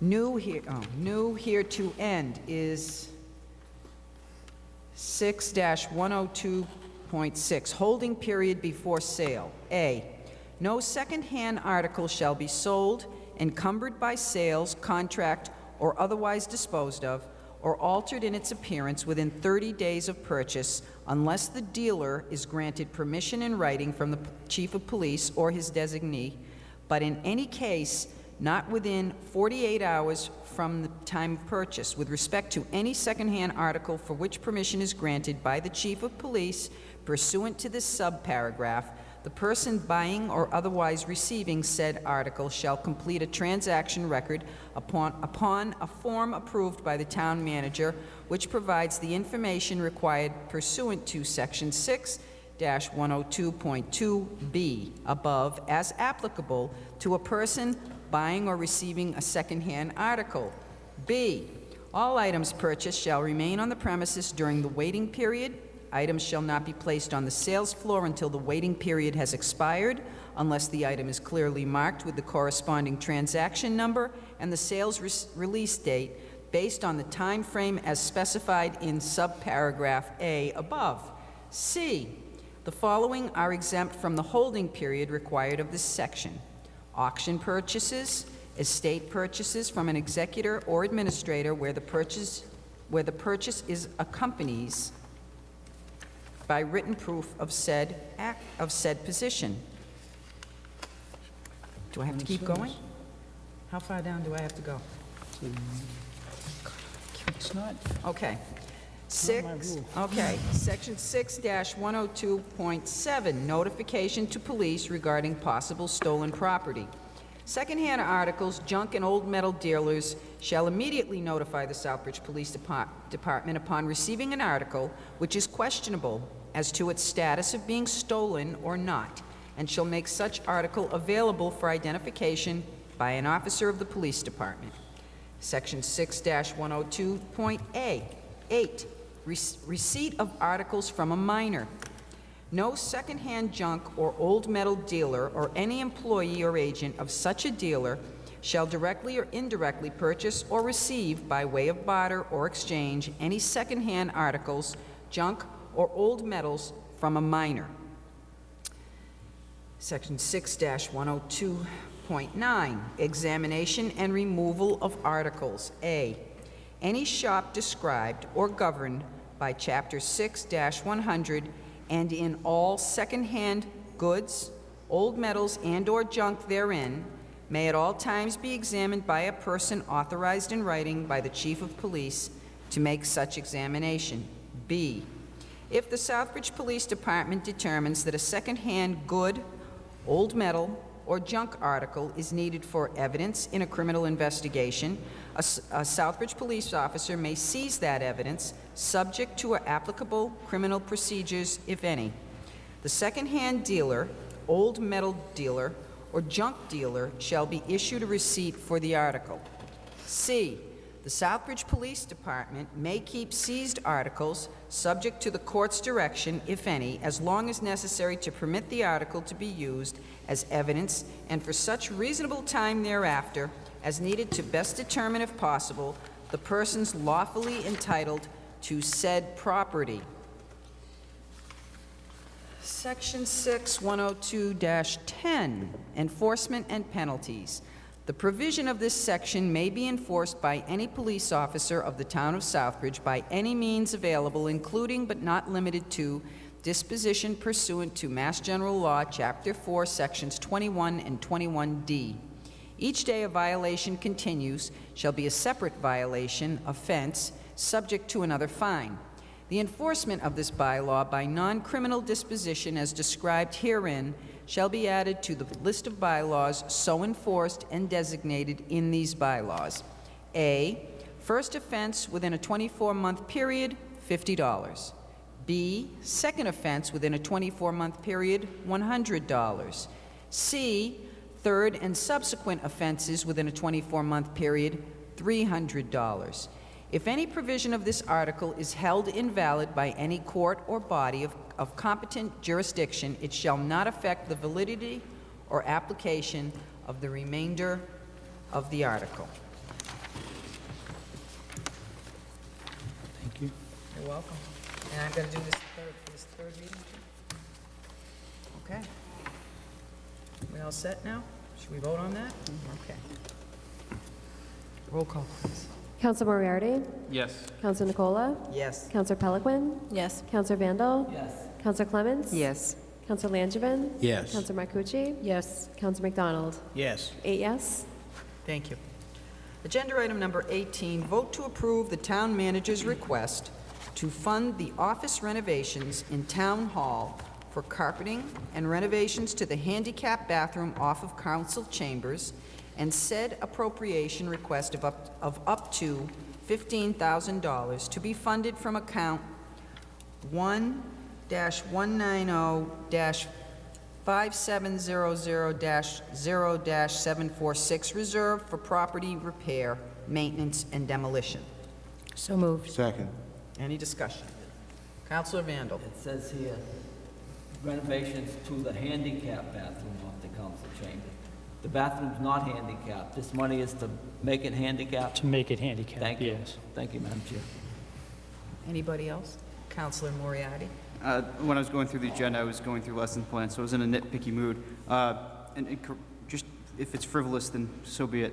After carpeting, I just would make an amendment to note of selected offices and/or meeting rooms. Otherwise, again, if it's nitpicky, it just sounds otherwise like you're carpeting a bathroom, which normally we wouldn't do. That's all. Okay. Makes sense. Did you have something that you wanted to add? No. Nothing? Anybody else? Can we make that adjustment on here? So that it says, vote to approve the town manager's request to fund the office renovations in Town Hall for carpeting. Also for renovations to the bathroom to make handicap accessible.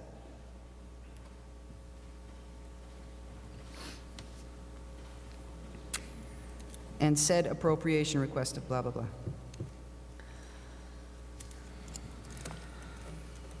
I think that needs to be seconded as a motion, so I'll second You're going that. to second that? Thank you. Okay. When you're ready, can I have a roll call vote on that, please? Counselor Nicola? Yes. Counselor Peliquin? Yes. Counselor Vandal? Yes. Counselor Clements? Yes. Counselor Langevin? Yes. Counselor Marcucci? Yes. Counselor McDonald? Yes. Counselor Moriarty? Yes. 8 yes. Thank you. Are we all right? Agenda item number 19, vote to enter into contract with... That was the vote for the amendment. That was the Now you have to amendment. do the Okay, I'm main sorry. motion as Okay. amended. So now the motion as amended has been voted for, so can we have the actual amended motion? Vote. Counselor Peliquin? Yes. Vote. Are we all set? Okay. I'm sorry. Counselor Vandal? Yes. Counselor Clements? Yes. Counselor Langevin? Yes. Counselor Marcucci? Yes. Counselor McDonald? Yes. Counselor Moriarty? Yes. Counselor Nicola? Yes. 8 yes. Thank you. 19, vote to enter into contract with Pioppi Construction of Southbridge in the amount of $47,415 for the CDBG FY11 roadway construction project for the reconstruction of Morton Roadway. So moved. Second. Any discussion on this? Roll call, please. Counselor Vandal? Yes. Counselor Clements? Yes. Counselor Langevin? Yes. Counselor Marcucci? Yes. Counselor McDonald? Yes. Counselor Moriarty? Yes. Counselor Nicola? Yes. Counselor Peliquin? Yes. 8 yes. Thank you. Agenda item number 20, vote to amend Section 2 of the special legislation for the 10 articles adopted by the legislature and approved by the governor, and to change the year from 2012 to 2013 in conjunction with the town's annual election of June 2013, and with the understanding that the town will attempt to have this on the June ballot, if not sooner. So moved. Second. Okay, discussion? Did you want to Just first say to, something? yeah, just to, I appreciate very much the council at the last meeting.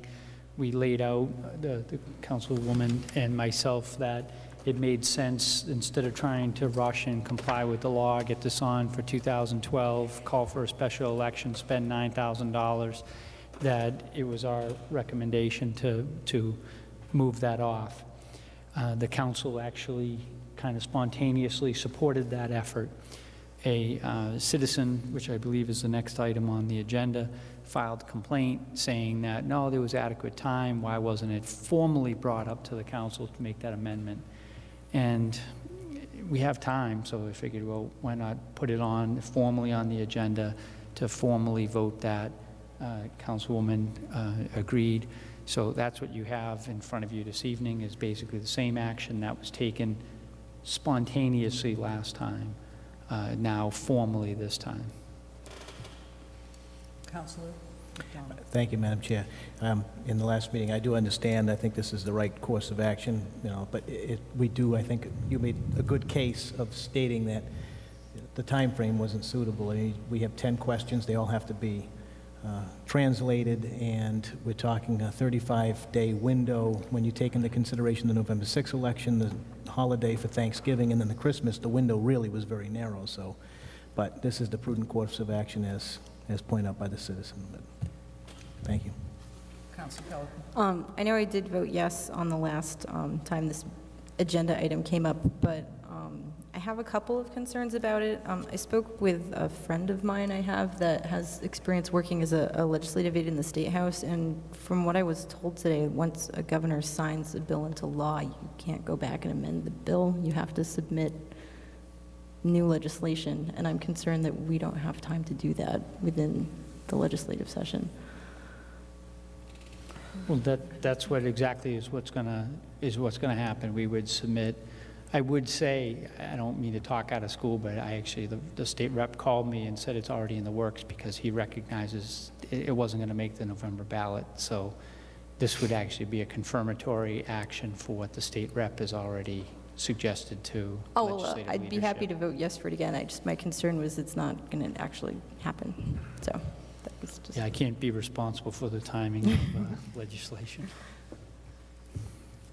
Counselor. Just one last nitpicky thing. As far as the vote, unless I'm misunderstanding the motion, we would be voting to request that they amend Section 2. We can't personally, our body doesn't have the purview to amend the state legislation. So we would be voting to request our state representative to file, however it wants to be worded, file legislation, et cetera, et cetera. Because Well, through you, Madam Chair, it actually started off as a legislative initiative of this council. So to say that we want to amend the language, that would be, we're making, again, that same request as we did to start the process, that we're making the suggestion. We don't do legislation at the state level, but it's a legislation at our level that says we'd like to have that changed.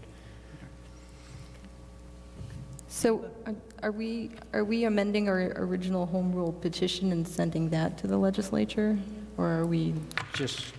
Actually, we're amending one number in what's already been passed. But right now it's 10 different bills. But that was previously voted by the Right. council.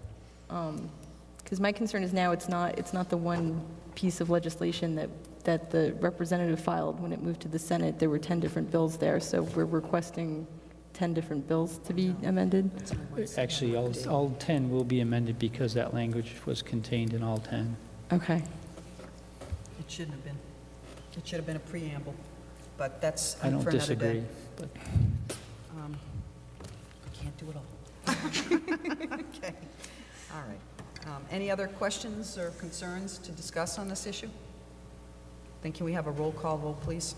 Counselor Clements? Yes. Counselor Langevin? Yes. Counselor Marcucci?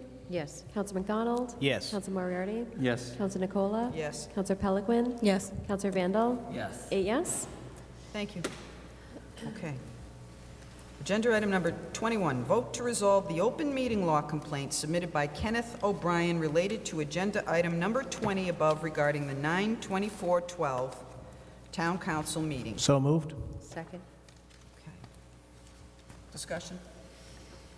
I think it's self-explanatory. in terms Unless of- anybody has something new other than what was previously stated by the town manager, it appears that we're resolving this with the yes vote of agenda item number 20. And we will still have to write it up and submit it because it is an open meeting law complaint. Without any other discussion, can I have a roll call on this, please? Counselor Langevin? Yes. Counselor Marcucci? Yes. Counselor McDonald? Yes. Counselor Moriarty? Yes. Counselor Nicola? Yes. Counselor Peliquin? Yes. Counselor Vandal? Yes. Counselor Clements? Yes. 8 yes. Thank you. Okay, agenda item number 22 is Councilors' Forum. Councilor Peliquin. Thank you, Madam Chair. I had a couple of things. First of all, this isn't strictly council business, but some friends and family and I have been working for the past 3 years with a nonprofit organization called Books for Treats to help organize a kids' books collection and distribution to trick-or-treaters on Halloween, and this is going to be our third year doing it, and we're really excited. So if anyone is interested in and has any old, good quality children's books, books that kids would actually want to read, and not necessarily books for young children, and high school people come and trick-or-treat at my house, whether or not I approve of that is another story, but I like having something that they're interested in reading too. So I take anything from like Dr. Seuss up through Stephen King. There's a couple of places where you can drop off books if you're interested. Thai Orchid Restaurant on Charlton Street, or Sturbridge Coffee Roasters in the Flatiron Building on Hamilton Street will take donations. Or if you have several boxes you don't feel like moving yourself, you can give me a call and I'll arrange pickup. It's 508-318-9665. And if you have any questions or you're interested in volunteering, please give me a call. We have a day before trick-or-treating, which is on Halloween, October 31st this year. It's 5:30 to 7. I checked with the chief. Thanks, Chief. Oh, I guess he left already.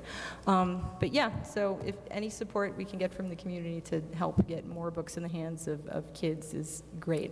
And I know that people always make comments, well, geez, you must get your house egged every year because you don't have any candy. But it's not true. Kids, every once in a while you see a kid that seems disappointed that we don't have candy bars. But people really seem very excited to see that we're giving them books, and they respond favorably to that. So if you can help us out, please let us know.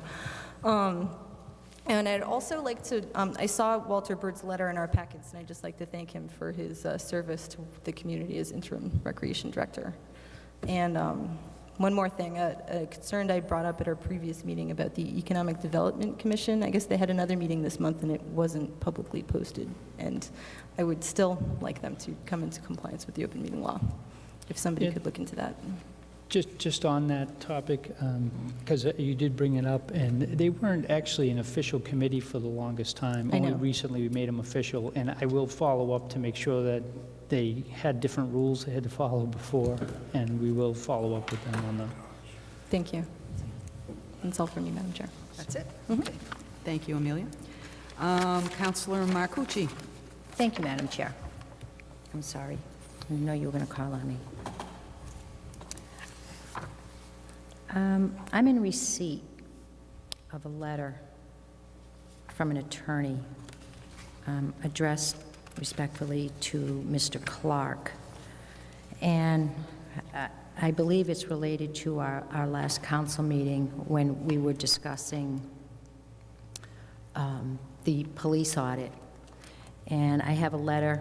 I don't know if other councilors, I see that it was a CC to Mr. Clark and Madam Chair, and it's from an attorney basically correcting statements that were made at the council meeting by Mr. Clark stating about the residency requirement from Massachusetts to Connecticut and the 15-mile radius.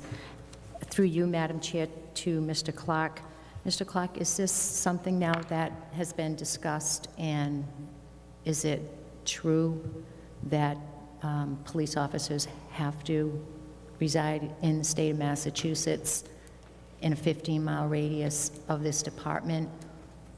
Or is it something, that you're looking at? Because obviously there are a number of police officers that are employed in the police department, and I'm concerned about the Connecticut residency, and if something, we were misinformed and a statement was made. Well, two things. One, I tried to just say by example that I was concerned that if things came up. I do have the tape, and I was going to look at the tape to see exactly what I said. The intent of what I wanted to say was the problem that I had with the audit is it may bring up have different unintended consequences. Mm-hmm. And one of which was brought to my attention was something about being out of state. What I will do is, I did receive that letter. I wasn't exactly following you initially, but I did receive it. I believe that I sent that to our attorney, Labor Counsel, for him to review and to provide advice back to me if there's anything that's needed. But I think he was seeking, and the attorney was seeking to clarify, and I wasn't, and again, I'll look at the tape. I wasn't making necessarily a definitive statement. What I was trying to make was that doing an audit is going to have some unintended consequences, such as potentially, and I thought I used the word, I try to be careful with my language, potentially the issue of out-of-state residency. I read the attorney's letter. We have it in front of our Labor Council. When he gives me advice back, then we will definitely follow it. There is no change of practice or anything. I was merely pointing that out for illustration purposes only, that sometimes when you do an audit, they come in and want more precise following and the rules than perhaps has been done in the past. That was the point and the spirit in which I said that. It wasn't intended to be necessarily a totally factual statement. It was more of an illustration of potentially what may come out of an audit. Okay, thank you. And you'll share that information with us, obviously, Mr. Cock, when you receive that from the attorney. If Is that- council would like it, I mean, I don't have any issue with sharing it, and it's my I would hope just like to that- follow up. Something was addressed to me, and Sure. for my own records, just a follow-up. I would fine. appreciate that. Thank you very much. Thank you, Madam Chair. Councilor Langevin. I'm all set this evening. Okay. Thank you. Councilor Vandal. Thank you. To the town manager, what's happening on 169 project at the bottom of Woodstock Road? What's happening on the 169 project, the bottom of Woodstock Road? What I've been informed is there's two things. One is they are still in the process. They've hired a licensed site professional to see what they're going to do with the contaminated soil, so they have not fully done that. The stage that they did do is they have to prepare what's called a remedial action plan, what it is, what the level of content is for the material, and then where that could be housed, where that could be put. If you recall, we actually had that same issue when we did the gasoline tanks down at the wastewater treatment plant. So they need to identify the amount of material and then find a suitable home for it in terms of a lined landfill, where that landfill would be, and so on. It's still in that process. It's actually a state project, so the state is actually overseeing that. There is a second issue that has come up. Actually, I just met with Mr. Daly this afternoon, and I drove by the site. All that soil, not the contaminated soil, but just the soil, they have put in a request, they being the state, for how we can reallocate that soil over the site to kind of reshape the area. We do have already, as a secondary item, a request into the state to build a walking trail. They're now requesting that walking trail area be filled with 8 feet of material, and we may have to find an alternate site. So they're looking at ways to reallocate the soil. Because it looked to me like they pulled out for the winter, because they took all their equipment, their porta potty, and they left. That's most likely is what they've done until the hazardous waste has been resolved. And I don't see any reason having a flashing light down there, because you can't go up Woodstock Road, it's all barricaded off, so I think the flashing light is in question. And then the stoplight, the red light down at the other intersection, Up by Ashland Ave. up on Ashland Avenue, why are these lights, stop and go? Yeah, there's no need for it, because It's the new. construction. Lee, try coming out of Northwoods, try coming down Ashland Ave and getting out in the morning. I go there every single day, Counselor. If I was at the bottom of Ashland Avenue trying to get onto the main road, I wouldn't be going anywhere for a good half an hour. What did you do before? There wasn't that much traffic coming out of Ashland Avenue to go onto that road. You have to. There's no place else for you to go. If you want to come into Southbridge and you live on North Woodstock Road or out in Connecticut, you have to come to the bottom of Ashland Avenue. Before, you had the option of coming to the bottom of Woodstock Road. You don't have that option any longer. And there was a light there at the bottom of Woodstock Road.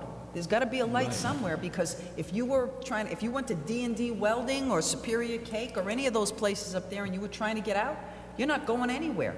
It's just a steady line of traffic coming from around, around Sandersdale out into Dudley. So they have to at this point. It's awful. It's awful, I'll assure you, Okay. but it's better than Take nothing. your word. It's better than nothing. And what's the problem with the fence at the American Optical? Many people questioned it. I've seen it in letters to the editor, sound off and stuff. And many people have requested it's got to get fixed. And this has been going on for a long time, that thing. And the plastic fence that they have never held anybody back to begin with, and now it's kind of... It is interesting that you brought that up. We sent a letter probably about a month and a half ago to Franklin Realty, asking, it's their fence, asking them to please repair it. And they did call back and wanted to schedule a meeting to talk about it. Their initial reaction was just to take it down. But I believe that by building code, or actually public safety, you can't have that significant of a drop-off. You mean take down just the whole fence? That was kind of Common sense. that was their initial reaction. So I did send a letter kind of putting them on notice that it is creating a safety hazard and that they need to address it. So officially, the town is on the books for saying that you have an issue that needs to be resolved. And we will try to meet with them to see, but they weren't, well, we need to meet to see what they're going to be inclined to do. Because common sense tells you you can't take that fence down, Thank you. That's all I have, Madam Chair. Thank you. Okay. Thank you. Councilor McDonald.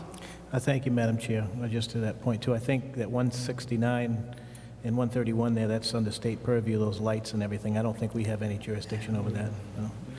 No. The other thing I have is, I was looking at those reports about the landfill and dealing with the wells, and my concern is, I know we've had a citizen bring it up, but in looking at the arsenic levels, especially in 4 different wells, now the Massachusetts maximum contaminant levels for arsenic is 10, yet one well's 22, twice the limit. Another one is 39, 3 times the limit, almost 4 times actually. Another one's 2.5 at 25, and then another well is at 81. That's significant to me. Lead, the maximum contaminant levels is 15. We have one well that has 31, twice the level, and another one that's 23, which is 1.5 times. The issue with lead, I know we had the issue of cover soil that was being brought in. Now, some of it had contaminants in it, and granted, it was below the threshold. My concern is, and in my background in hazardous materials, is that as you bring in stuff, one level that's under the maximum contaminant level, and you bring another one, and another one, and another one, just by deposit and sedimentation, you end up exceeding the threshold limits. And as the water carries that down in, we can see the significant problem there. So I think that this should be something that we need to look further into to find out why these contaminant levels are rising so significantly. Thank you, Madam Chair. That's all I have this evening. And we are in the process of looking into it, absolutely. There's no... Okay. I'm curious myself. I just want to go on record as saying that I did complain about them throwing arsenic-laced earth in there. All right, there was arsenic in the earth that they were using, and they said it was perfectly all right. I didn't think it sounded too good myself. Well, I agree with Councilor McDonald's assessment of it. If you look at it on its face, Right. it might have been okay, but if you keep on putting it on top, Right, after a right. while, The numbers it's go no up. longer okay. The numbers go up. They add up. Thank you. You're welcome. Thank you. Councilor Moriarty. I just have a couple things. One is more or less a question or perhaps a suggestion. Going forward, one thing that I think the school department, the school committee does well that I'd like to see us try to implement if possible is they outline their meeting schedule for a significant amount of time. At least for myself, I know when I go through and with various groups and organizations as far as trying to set up meetings and kind of planning out what I'm doing when, it's not always every other Monday. For example, Christmas Eve, New Year's Eve, those are both Mondays this year. Veterans Day is a Sunday, so it'll be observed on a Monday. One suggestion I would have, and I would think it shouldn't take too long, whether it's yourself or the manager's office or whomever, to more or less sit down, and even if it's only for 6 months or the rest of this council's term, to kind of just map out and post the rest of the year's meetings, if you will. Obviously, if something comes up where a meeting day has to be changed or added or what have you, that can be done simply enough without affecting the rest.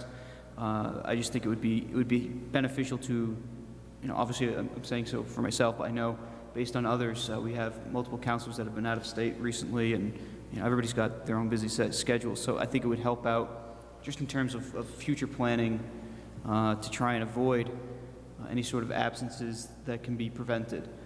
So that's just one thought there. Could you clarify that? You mean the town, these meetings? Correct. Yes. Yeah. Subcommittee meetings I know are kind of as needed. I would defer to the vice chair because she sets those meetings. As of this year. It's great. Actually, we were pretty good out through October originally, and so I'm working with Yvonne now. And I can understand your concern. One of the big things is about being flexible in terms of, obviously, if something comes up, we can change it. There's nothing set in stone. So I have no problem with doing that, getting further out. And Yvonne just sent me an email and said, hey, we're through October. And I said, oh, yeah, right, let me just get on it. So I will set forth for the next few.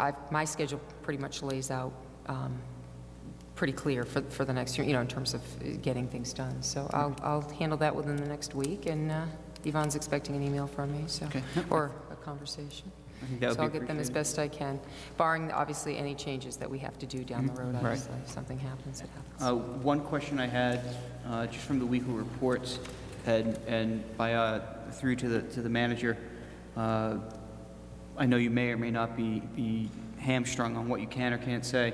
It just piqued my interest. On Thursday, October 4th, you had a meeting with officers to discuss concerns that you had requested that meeting. Is there any information, whether it's now or through a memo or anything to that effect, what the concerns were, what the issues were, any resolutions, that sort of thing? And I didn't get a chance to see you earlier, so I didn't get a chance to bring this up. Yeah, I would just say I have reached out and we've met, and I thought we had a very constructive conversation, one that we will continue. Okay, so it was just a general thing. It wasn't some sort of new development or new issue or specific thing. It was more general, broad.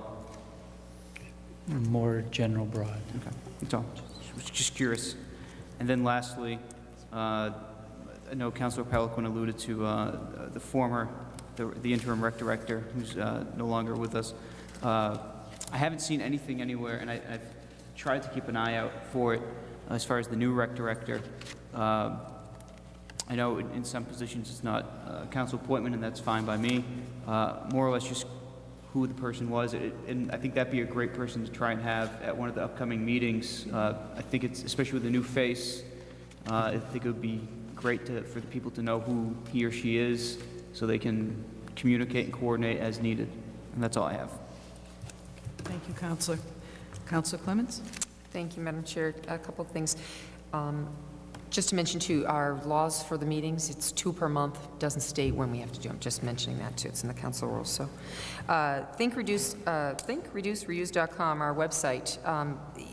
As citizens, you have the right, you should use that as much as you can in terms of logging your complaints. I do get calls. I do address them with the Board of Health. And sometimes the complaints are that you don't hear response from them. And then what I hear back is, well, sometimes we can't find a complaint from or we can't find the information, we don't have a message. And if you really want to be sure that you're logged on and you're documented in your complaint, the best thing you can do would be to go to the website and to write your complaint. So we have a written record, and then there's no misguidedness on that. And if it becomes one of those, well, I called and they say they didn't get it, and you called and you voiced your complaint and you want it dealt with. I know that our recycling coordinator goes through those complaints or those posts on the website numerous times during the week. And so obviously, if there is a problem with responding, then at least you have documentation that protects you, and you can make sure you get your answers to your questions, your concerns taken care of right away. Certainly more than happy to continue helping you. But the town website is, the recycling website is the best place for really to log it in. Council protocol here, or motions. I just want to mention, tonight was an interesting example of going through our meeting and how things continually change, and we have to make a lot of amendments. Normally we don't, but it seemed tonight there was an extraordinary amount of amendments. If you see something on there that piques your interest before we get to that motion, yeah, I know we're all quick to motion, second, boom, let's get to discussion, but the reality is, if you make a comment or you get yourself known to the chair prior to the motion and the second being done, we don't have to go through the whole amendment and the double vote and all that. So it's just a matter of housekeeping on, if you can get before she reads it and it gets motioned and seconded, we can get it changed up, and it just saves us a little bit of time. And lately the meetings are long. What else? Councilor Vandal, to your point on Dresser Hill, on the road, just so you know, I found getting out of Dresser Hill to be extremely difficult lately, because now there's so much traffic just trying to take a right. If a car is going left, you're stuck forever. So I think the light actually helps a little bit there too. It stops the traffic long enough for somebody to get out. So we're stuck with it until they fix it, but I was thinking about that getting out of Dresser Hill Road has been very difficult too. So hopefully we have no accidents now that the railroad tracks aren't there, and we have a light to help us slow traffic down. So, and other than that, just one other thing. Holiday season's coming around. I know it's October. We're all thinking Halloween, Thanksgiving, and turkeys and all that. But one of the things, the last few years, as you know, we've been working hard. A lot of great volunteers. Well, a small group of volunteers, I'd rather say, has worked hard to try to make the town look good during the holiday season. And that's coming up. And with it's unfortunate this year with the passing of Mr. Parent, who was instrumental in helping Rudy in his shop and all, things have gotten a little behind. It's hard to get workers and get things going. And I just want to remind you, if you are interested in helping at all, coming up in November, we'll be getting things posted. But the town looks great. We want to do it again. There's only so much muscle that all of us have, and we would appreciate any help physically that you'll be able to give us. So if you keep your eye open on the cable access or in the newspapers or wherever we're going to start posting some meetings, and if you're into woodworking or painting, you like to do some crafts, you have some time on your hand, get in touch with me. Either call me, I'm in the phone book, and we can tell you how you can help out with Rudy and the work that needs to get done so that we can get our town all spiffed up for the holidays again. If you're so inclined to help, we would really appreciate it. That's it. That's it? That's it. Okay, could you tell us our next meeting date, please? Oh, absolutely. Monday, October 29th, 2012, 7 o'clock here in Chambers, unless it changes. Okay, thank you. Thanks. Agenda item number 24 is vote to enter into executive session according to Mass General Law 39, Section 23B, to review executive session minutes regarding collective bargaining, litigation, purchase, exchange, taking, lease, or value of real property, discipline or dismissal brought against an individual, and if matter is concluded, reconvene, vote to release said minutes. So moved. Second. Okay, can I have a roll call, please? Madam Chair, Yes, sir. Because we may... for discussion, yeah, when we have nights that kind of run this late, it might be beneficial to have an executive session and then not schedule anything up front that might preclude us to be a little bit late. I don't know that that will ever happen, Counselor. That's the problem. Sometimes you look at the agenda and you go, we're going to be out of here by 8 o'clock, and it's 11:30 and we're walking into the parking lot. So it is hard. I don't know that we have that much left in that. Yeah, I think hopefully we could, I think what we've done in the past is to keep it to a certain time limit, and when we keep it to a certain time limit, let's try to get through as much as we can. The attorney has been sitting Yes, here he has too, been sitting and here. he came late tonight. Yeah. If I could predict these length of these meetings, probably do better in Okay. Vegas than here. Yeah, me too. Yes? I was just saying, if this is going to take more than the session that we are about to go into, I'd like to discuss whether in session or in open session, however, a more efficient way of using our executive session time, because I do feel that once we get close to 10 o'clock at night, we're just not as sharp as we are when we first show up. Absolutely true. I don't know if we can go in and review things separately and then come to the executive session meeting having fully reviewed the material, or schedule an executive session meeting and an additional Monday outside of our regular council meetings, because these meetings are very, very long. They are. They absolutely Thank are. you, Madam Chair. I hear you, but in fairness to the fact that Mr. Caprera sat through this entire meeting waiting for this, if it goes no longer than 10:30, I've been here well past that for other meetings, so I think that we should try to shoot for 10:30 and get out of here. Okay. Okay? So with that said, I don't have a motion, do I? Or do I?